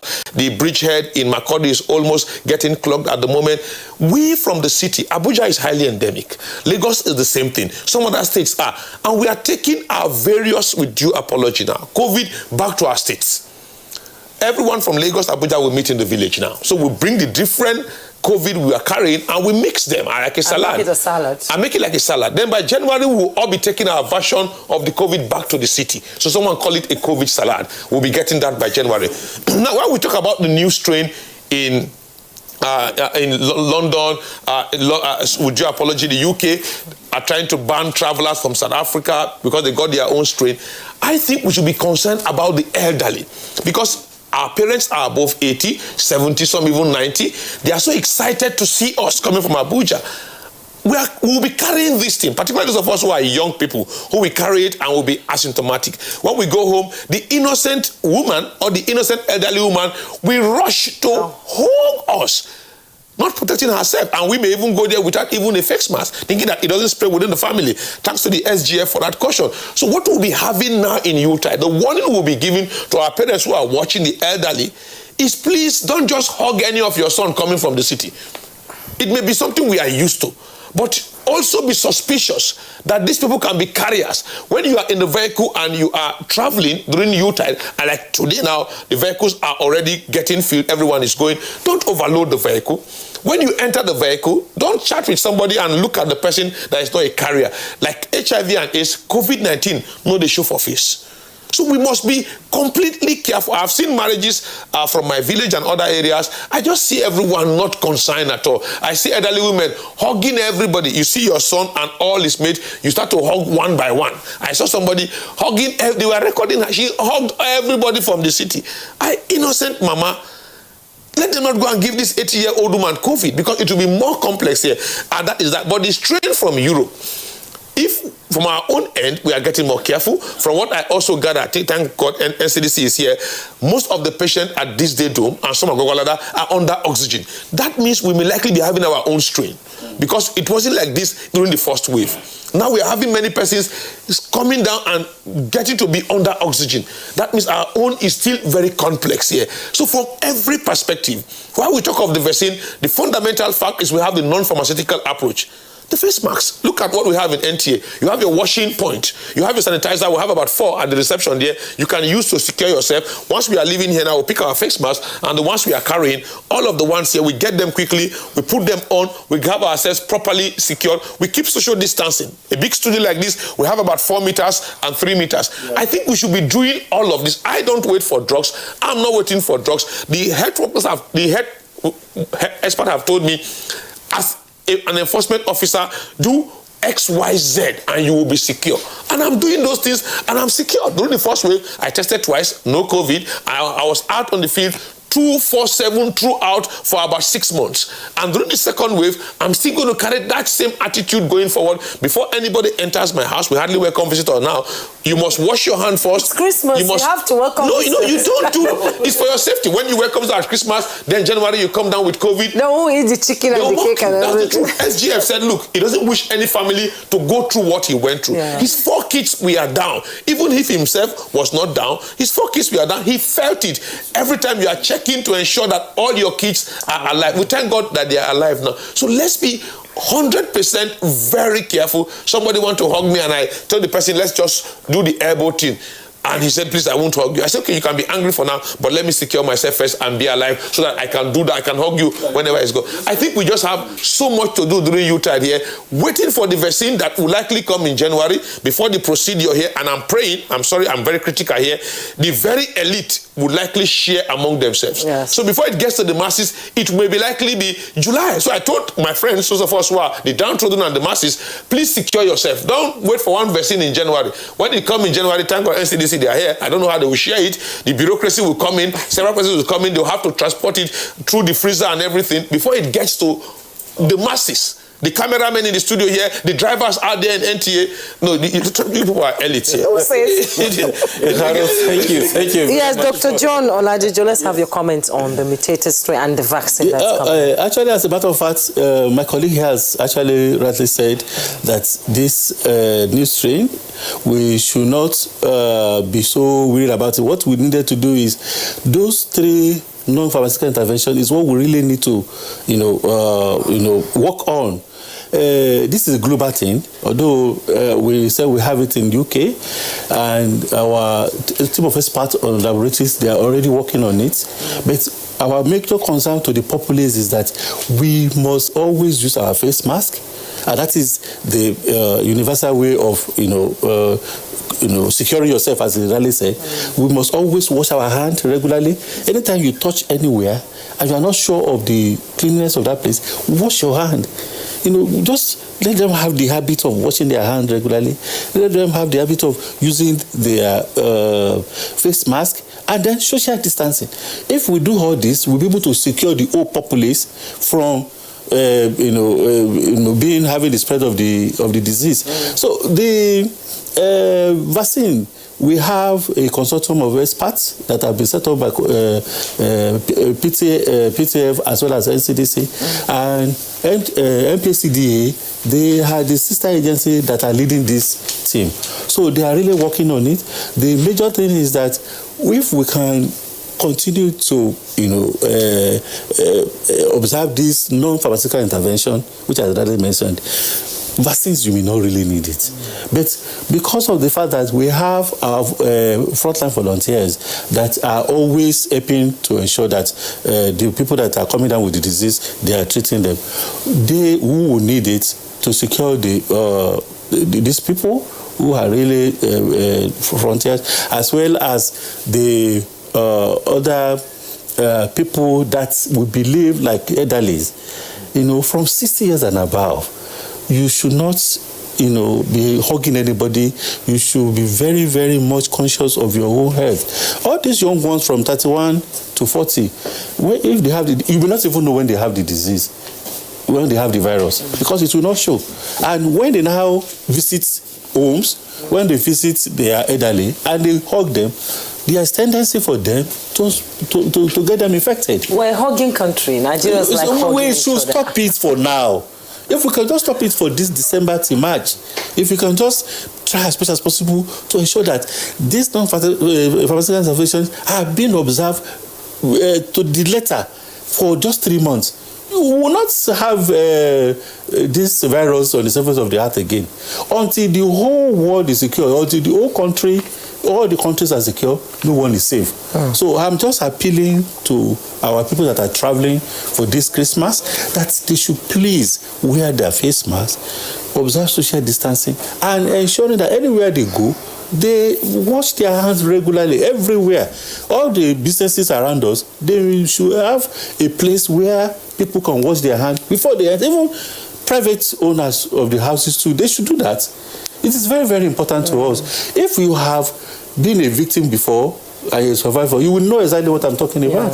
Dr. John, I'm a little bit concerned about the mutated variant of this virus. Yes. In UK and some other places, it's been the talk of the headlines all over the place. And recently in Nigeria, there are so many deaths of highly placed people. And of course, Iharo mentioned some, downtrodden who have been affected, why the searchlight should be as such. When you look at the recent victims and cases, in spite of the spike that is really amazing, it goes on to say that maybe there is something different about the new deaths, and that is it happens so sudden. Unlike when it so started, that you find somebody going down with it for a week or two and thereabout, and he passes away, unfortunately. But here you find a person who has come to Abuja, attend a meeting or a conference or whatever, like the DG or the NIPS. I saw him on network news, at least he was here on Monday, I guess, and in 3 days' time, he's gone. And some other professors around, the army generals and the rest of them. Don't you see that there's a connection between what people say, that the new variant is in Nigeria, and these recent deaths and how they happen? Yes, you are 100% correct. And that is the reason why when I started my conversation, I said we now have our laboratory experts that are actually investigating that. If you read one of the columns mentioned by the coordinator of PTF, you will see there that government is actually using all the machineries to unravel that. But as a matter of fact, it's still the same spread. It's still the same transmission. Even though there may be a variant, there may be a mutation or something, it's still the same. So if we are actually using all the necessary regulations which has been given to us, this spread will have been curbed. People go about not using all these 3 major non-pharmaceutical interventions, and that is why people are really coming down with it. There may be an iota of mutations which you have already mentioned, and then which really triggers this spread. But as a matter of fact, if we are doing it the way we are expected to do it, and our law enforcement agents are really doing it the way they are doing it, there will be a lot of curbing of this spread at this point in time. So the federal government is working on that. I received a mail from one of these international agencies, asking me on that they really want to know whether there is any connect from UK and Nigeria. We cannot say it now until when our experts give us the result, which will soon come out. But the major thing is that risk communication. People of 31 to 40 years who are carrying this, they are not showing it. They are the ones that are actually spreading this. We need to talk to them. They are the people that are using Facebook, using social media, and they are being fed with different kind of information that are not correct. So if we can't really talk to our world, they are our children at home, they are our brothers, they are our sisters, changing their mind to ensure that they use this face mask. In fact, when you are using it and you are the only one, they will just be saying, do you have COVID? Why are you using it? Why are you? So these are the things, these are the attitude we really need to change among our youths. Okay, thank you, Doctor. We'll now go to Anambra State, where Dr. Vincent is standing by. All about this thing is community transmission, and the federal government has said subnational traditional rulers and religious bodies have to advise people, and collaborate with government in ensuring that this curve is flattened. But your area now is one area that is going to be jam-packed with holiday seekers who are going home to see their family. And Mr. Atta has said that the Onitsha Bridge is sort of, locked down now. By evening, it will be locked. And all these people are going towards your area. What are you doing, using the traditional rulers and government to, educate and inform people that even if they go home, there should be restrictions on how they do things?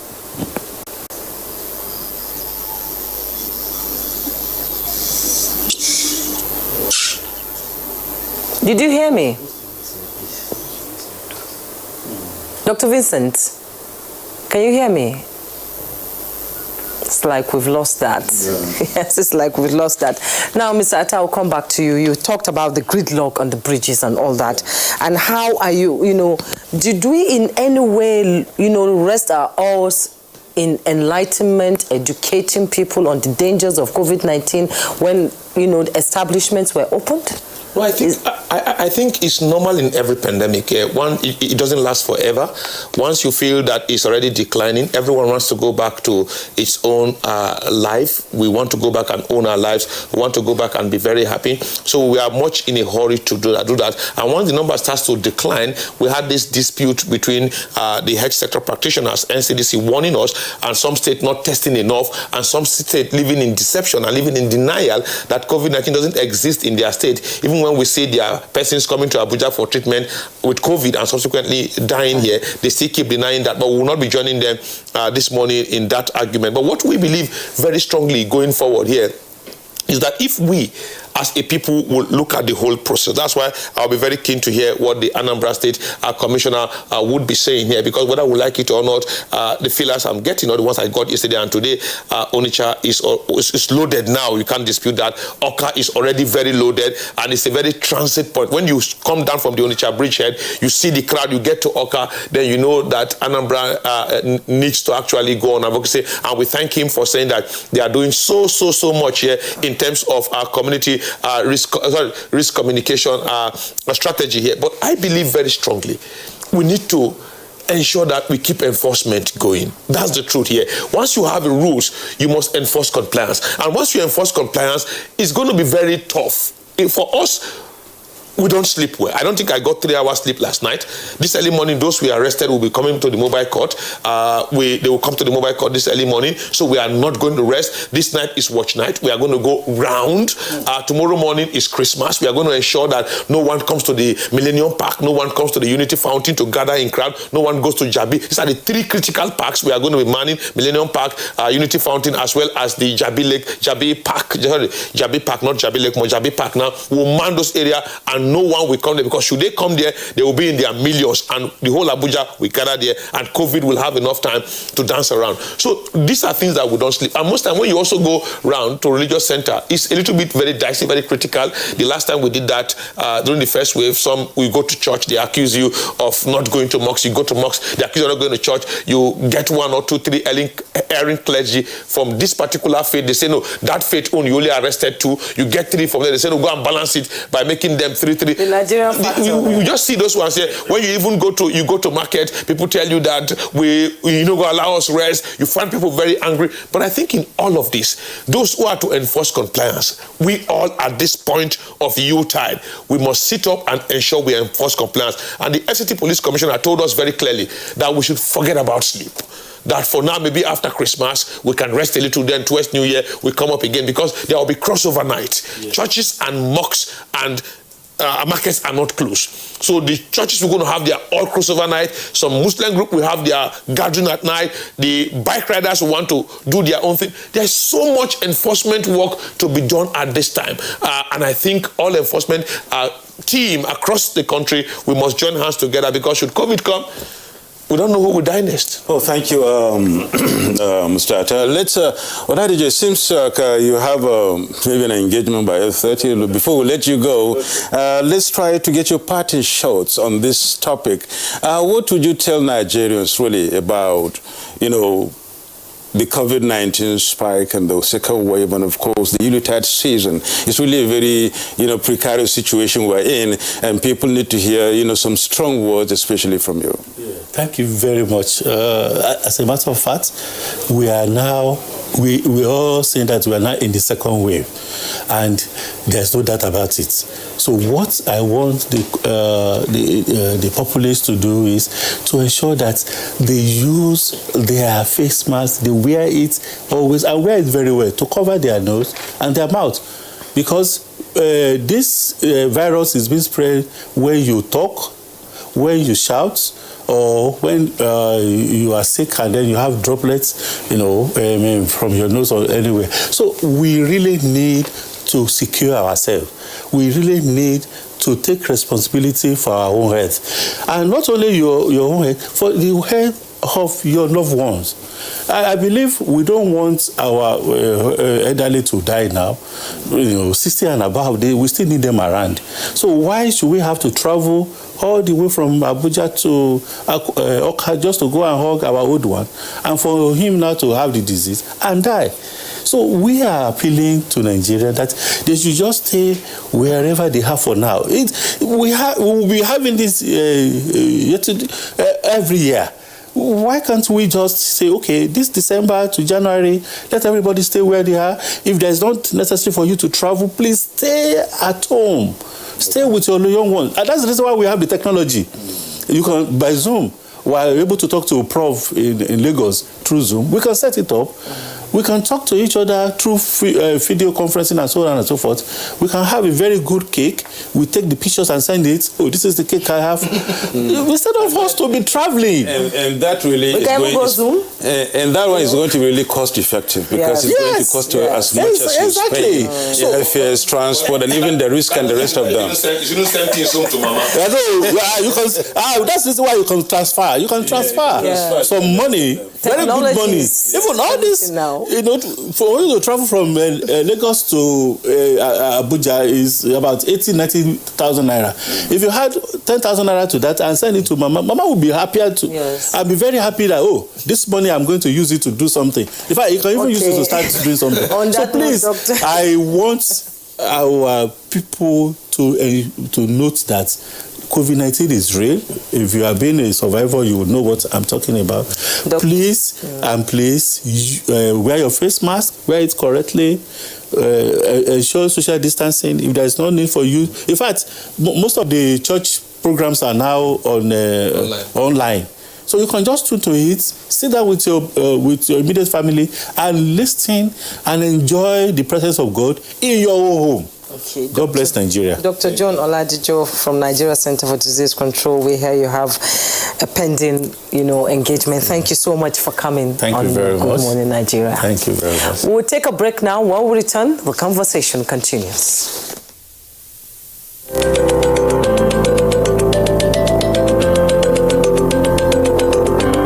My name is Nando Jamda Muhammad. Stevita. Hussein Musa. Roduna Joel Finji. Said Musa John. I'm a carpenter. I've been doing this for more than 8 years now.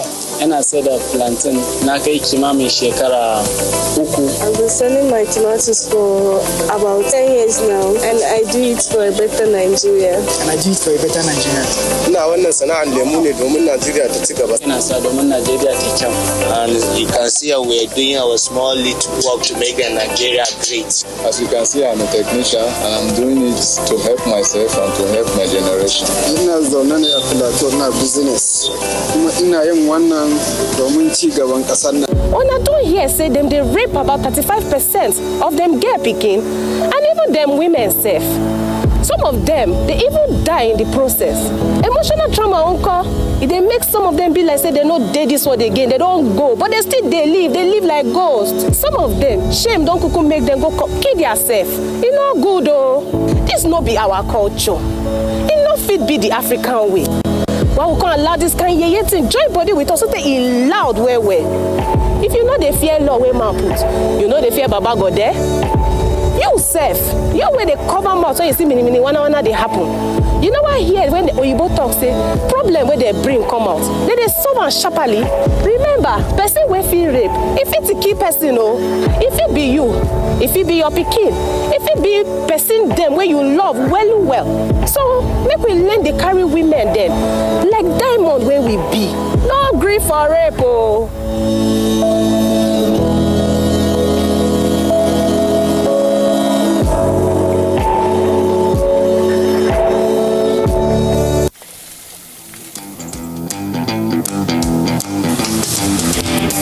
Guess what? What? I scored a hat trick today. Cool. Wow. And how did you celebrate? Just do your hands like this. And hold your nose like this. Body odor is caused by germs. That's why you need the new improved Dettol Cool Soap, which protects against 99.9% odor-causing germs with an extra burst of menthol freshness. Dettol, be 100% sure. Dialogue. love, and unity. These are vital components of nation building. For all to be well, we appeal that we should refrain from volatile, provocative, inciting messages and language. Let's build and not destroy.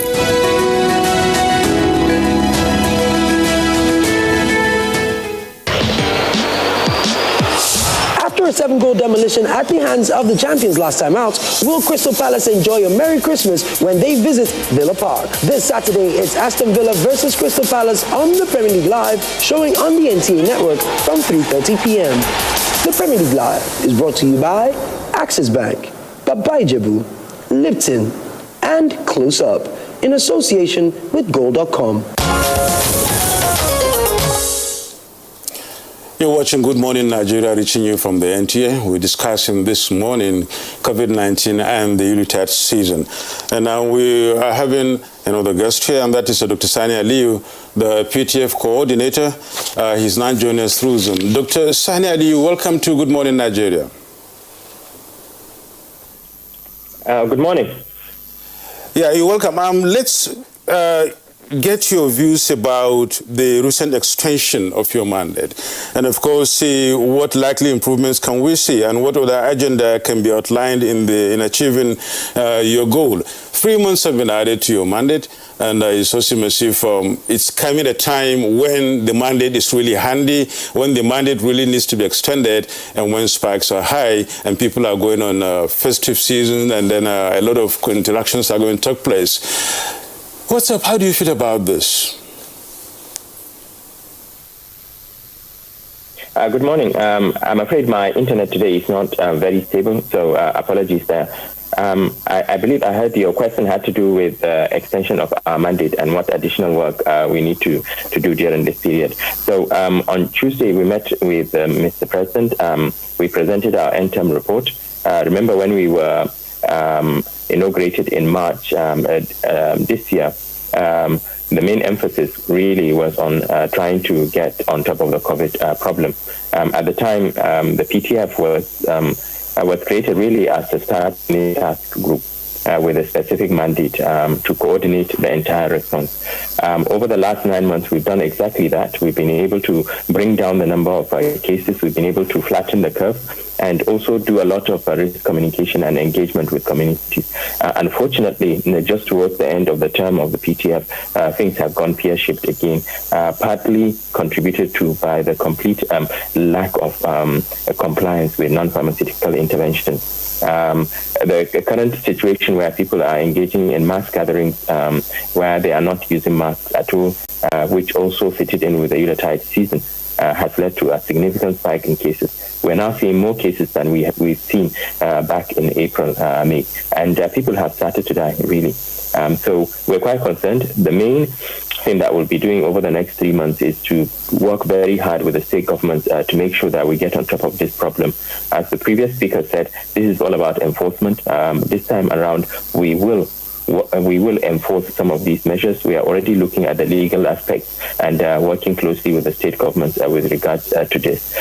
In terms of additional things, there was no vaccine back in March, April. We now have a vaccine for COVID-19, and we will be linking up with primary healthcare and the Federal Ministry of Health to make sure that Nigeria is not left behind when it comes to the availability of these vaccines and their administration. It will be a huge logistic challenge, but more importantly, it's also going to be an issue of public acceptance, because the social media has been quite it's really been very the social media has been putting out a lot of fake news with regards to the safety of these vaccines, and we need to work very hard to convince the general public that these vaccines are safe and they are effective. So that's what we intend to do over the next 3 months. Hopefully this time around, we will be able to flatten the curve. We've shown that we can do it, and we'll do it again, but we need the cooperation of the public. PTF alone cannot get on top of this problem.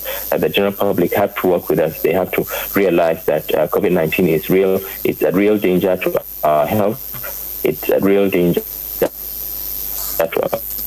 to the health of our loved ones. and there's the risk that our health system could easily get overwhelmed if we do not do something about it now. Over. Okay, as the COVID-19 keeps manifesting across the world, the federal government is still insisting on soft pedaling on travel ban. And will this not pose a challenge, in effectively controlling the pandemic, as we have a new is mutating and is getting more dangerous? Shouldn't there be a travel ban from Nigeria and people coming into the country? Okay, we seem to have lost him here. Yes, well, let's go to our tweets. When we return, we'll continue with the conversation now. I'll begin with Daily Jack Solomon. He says it is Christmas 2020 and COVID-19 is unfortunately still here with us. The only way to be truly COVID-19 safe this Christmas is to avoid meeting other households indoors at all and have your celebrations inside your home. You could have activities online or meet outdoors. Ali Umar Karaye here says taking a precautionary measure on COVID-19 protocol must be practically implemented. And Sima Ekong tweets, Christmas and Yuletide festivities will come and go.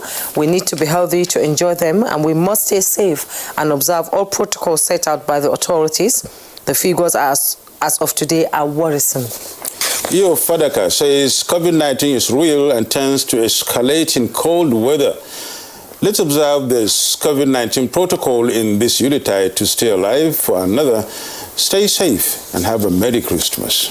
And Festus Akimbewa tweets, COVID-19 or COVID-20, as some people are suggesting, because of the two newly discovered strains of the virus, has no respect for any Yuletide and persons. The best way to celebrate this year is put together to follow the rules and do everything possible to stop the spread of the virus. NPR really. Festus Akimbewa says a movement of people should be restricted from today, that's from this Thursday, and staying alive this year must be our priority, as there will always be many more Christmas to celebrate. Happy Christmas to Nigerians. And Usman Banu Kuntu tweets, the second wave of the virus appears to be harsh and a silent killer, yet people are adamant. This may not be unconnected to the fact that it's coincided with the Yuletide period. Therefore, religious leaders need to be involved in telling people this scourge of the pandemic is dangerous. For Bello Muhammad, strict compliance with the COVID-19 protocols coupled with absolute political will and judicious application of resources will pull us through, God willing. And Bello Muhammad 4 tweets, strict compliance with the COVID-19 protocols coupled with absolute political will and judicious application of resources will pull us through, God willing. It seems you're in love with this Bello Muhammad. Steve Bond 007-07 says, what number can be described as a wave? Experts should enlighten the people and not just follow the Western scenario. And what vaccine is suspected, Moderna or Pfizer? Which one is it? Olademeji Marufo tweets, if mistakenly they approve lockdown for the second wave of COVID-19, the Nigerian economy would be even more negatively impacted. Mutana Farouk finally says people should try as much as possible to adhere to the preventive measures and the safety protocols laid down by the PTF and the NCDC respectively. People's perception about COVID-19 these days has dozed down the fear which people previously had about it. It is seen as normal malaria. React to that, Mr. Isaro. Let's continue from this point. React to this public attitude, as we said earlier on. And of course, a lot of people don't really feel like it's there. And then finally, you see, you as an enlightenment person must have a lot on your table, must have a lot in your hands. And the FCT is really at the center, is one of the epicenters. And the Yuletide is here, even though people are traveling out, there are lots of people still around. React to that and then tell us much more about public attitude to this and what exactly you guys are doing about it. The public attitude is not very encouraging. Let me say that here. The FCT Minister Malam Mohammed Musa Bello, as I said earlier, and the Police Commissioner for the FCT, who supervises our operation, and is our chairman, Mr. Balachiruma, have said us very clearly, as we go out, we should mix enforcement with advocacy. It's not just to go out there and take people. That was why he came out and led us through Wuse Market, other areas. We met people, we talked to them. The ones who had the 14 overloaded buses, we impound the buses, we made some arrests, as well as talk to people and enlighten them. The perception out there is that this is something that affects the elite very strongly. And the media have left that conversation like that. You see the headlines, or anything about COVID is about a governor, a minister, and one big man. Professor. You don't see people who are downtrodden being reported. I talked about a neighbor who was a very, very poor neighbor and who got a COVID and had to stay with her child for about 3 weeks at Gwagwalada during the first wave. Nobody cared to report. I tried to get 1 or 2 persons to go to Gwagwalada. I'll pay the transport, just go and interview the woman. They really found it wouldn't make headlines. It won't go anywhere. Just get one big man, either the big man is sick or the big man dies of COVID. The next thing, you have gotten the headline and you are good to run. So we must change that conversation. The public attitude is not also very encouraging. And we must appeal to our clerics, because we cannot pretend we don't know that some very notable clerics have come out to say, look, they don't believe in COVID-19, that COVID-19 is fake. And these are persons who command the hearts of men in their thousands, if not millions. So we must talk to them and get them to buy in. When they buy in and they change the conversation, followers will believe and our attitudes will change from both faiths here. Because once we start to change that, then the other one, as we go out, and we thanks to the NTA, because you're giving almost 2 hours for this now. When you go out on the street as an enforcement officer, you just see persons without face masks and you park in the cars, just stop the convoy to go and enlighten or effect arrest. Before you come down from the car, everyone is having their face mask on. It's like a spirit world. Like magic. Because as you leave, when you drive again, the face masks are already up. Everyone you see walk in Abuja got the face masks in the handbag or in the pocket, and we're begging them, please put these things on. And when you get to your office, the other deception, people, when they get to their offices, they get to their place of worship, they now believe that everyone there is COVID-free. No. You secure yourself from the vehicle, secure yourself from the crowd. Now you are in your office and you want to walk somewhere, you must put on your face mask. The beauty here, if we can even turn the camera to the cameramen and those who man the system here, they are all having their face masks on. But in many offices, it is not so. Once you get in, you remove it, and you want to believe that nobody is having COVID in your office, that is a deception. That's the deception there. So we must constantly try all we could to change that narrative. But changing it is very difficult. You are talking to people. Some of them are telling you they don't believe it. Some of them say it doesn't kill Africa man and all of that.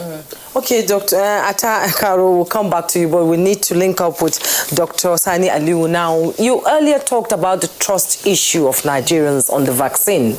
You know, on this program, we've discussed about alternative medicine, people coming forward with saying that they have vaccine cure and all that. Now, Pfizer and all are bringing vaccine from abroad to Nigeria. Do you think that is a contributing factor, Nigeria not trusting Western medicine now? I don't think so. So science is universal wherever you are, whether it's in Nigeria or it's in the US or the UK. Remember, a lot of the drugs that we use, such as antimalarials, did not come from the West. Actually came from China, etc. One of the best anti-malarial drugs, the artesunates, are drugs that have been used for hundreds of years in China. So science is universal. At the end of the day, what we need to do is to make sure that whatever we administer is clinically effective and it is safe. And there are established ways of doing this. There's a reason why if you have a headache, you take paracetamol with absolute confidence that the headache will go away if you take paracetamol. It's because paracetamol has gone through a very rigorous process. Just because we've had a problem with Pfizer in the past with regards to the Kano incident where some children were given trovafloxacin for meningitis and unfortunately either died or developed significant side effects, does not mean that every product that Pfizer produces has a problem. And we should also remember that when it comes to the vaccine, there are so many other options. Nigeria is not going to go with just one vaccine because we can't put all our eggs in one basket.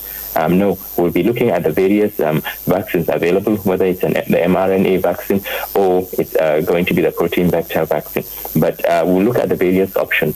More importantly, the general public also need to realize that other countries that are administering vaccines, the United States, for instance, already 1 million people have taken the COVID vaccine. In the UK, more than 300,000 have received their vaccine. These countries will never administer a toxic substance to their population. Never. They will never allow their population to suffer because they have given a drug simply because they want a particular manufacturing company to make money, etc. So let's be reasonable here. Most of us would like to have the COVID vaccine available in Nigeria as soon as possible. We know that it's only the combination of the vaccine and the non-pharmaceutical interventions that would allow us to get out of this current predicament we are in when it comes to the COVID pandemic. Otherwise, the COVID will keep on going away and coming back, and we could easily end up being a pariah nation. When it comes to travel in the future, international travel, I can assure you, just like you have yellow fever vaccine, almost certainly countries would expect you to present a COVID-19 vaccine before you travel. So Nigeria cannot live in isolation. We cannot go back and say, okay, traditional medicine, etc. I'm not saying traditional medicine doesn't work, but it has to be subjected to the same rigorous process as modern medicine in order for us to be able to use it. Over. Sanya Liu, we've looked at all these issues, and Atta has said that when the vaccine comes, it might be an elitist, thing. Who will be getting the vaccines first when it comes to Nigeria? Okay, so one of the things with public health is you never administer public health intervention just for the elites. Otherwise, it will not work because the elites are not living on their own. The elites also have other parts of society helping them. You have your workers, your drivers, etc. So you cannot live in isolation. When the vaccine comes in, there are three groups that we are going to prioritize. Almost certainly not everybody will get the vaccine. No, it's impossible. But we will prioritize healthcare workers, those that are on the front line. We will also prioritize elderly persons, so those that are, I believe, 60 and above. I might be wrong, maybe it's 55. I will also prioritize those that have underlying comorbidities, so diabetes, hypertension, etc. The reason why we are doing this is because these are the groups that are, the last two are the groups that are most likely to suffer severe consequences when they catch COVID. They are the ones that are most likely to die. So, for example, if you look at those between the ages of 50 to 59, in our database, 23% of them died of COVID.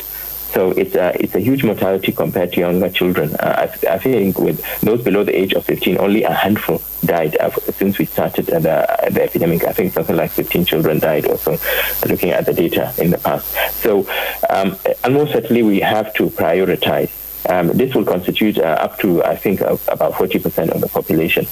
For both 2021 and 2022, we will then expand it to the rest of the population. So when people say they are not going to accept the vaccine, well, if you don't fall within this group, we're not even going to give you in the first instance until everybody else in those groups has received it.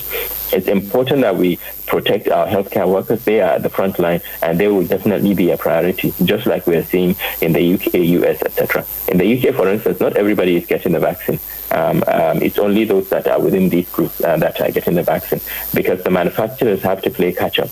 Not every manufacturing firm has enough vaccines to be able to deliver to everybody in a particular country. Most countries are ordering the quantities that they need, but they're not getting the delivery straight away. It will be done in batches, and the same will apply to Nigeria as well.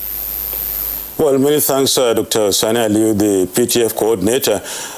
Let's now move on to Anambra State and meet Dr. Vincent Opala. Briefly, Dr. Vincent, we're running short of time.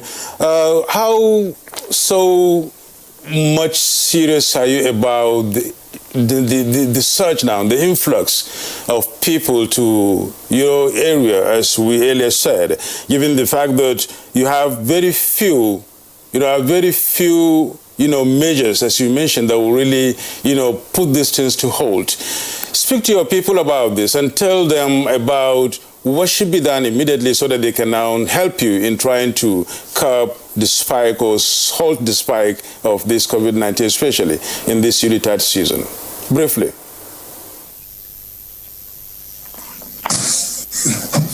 Sorry if I hear you clearly. The question is what needs to be done to curb the spike of the COVID-19 due to the Unitard season? Yeah. Okay, so what we've done in the state is honestly to increase risk communication to the different groups. Like the earlier question that was asked about getting in touch, the role of the traditional rulers. We've 3 days ago, we had a meeting with the 177 communities, traditional rulers, and the town union presidents. We try to intensify sensitization to them to make sure that they help us in their different towns to decrease the gathering, the events that we classify as super spreader events. Because there will be increase in meetings at this point, weddings and funerals. So we've tried to communicate to them that it's very important that they should help us decrease this public gatherings so that we maintain this observe social distancing rules. And we're very happy that they're listening to us, and they actually indicated interest to help curb this pandemic by making sure that they decrease these gatherings. And very, very important also is the fact that we emphasize the use of face masks in public. I'm not just using face masks, but actually wearing them appropriately, covering the nose and mouth. We truly appreciate also the fact that the PTF has come to give an advisory with respect to COVID-19 protocols and ask the states to enforce locally. So we at the subnational level, we're emphasizing this. Many thanks, Dr. Vincent Opara. We thank you for joining us. Vincent Opara is the Commissioner for Health, Anambra State. It's a pleasure being with us on Good Morning Nigeria this morning.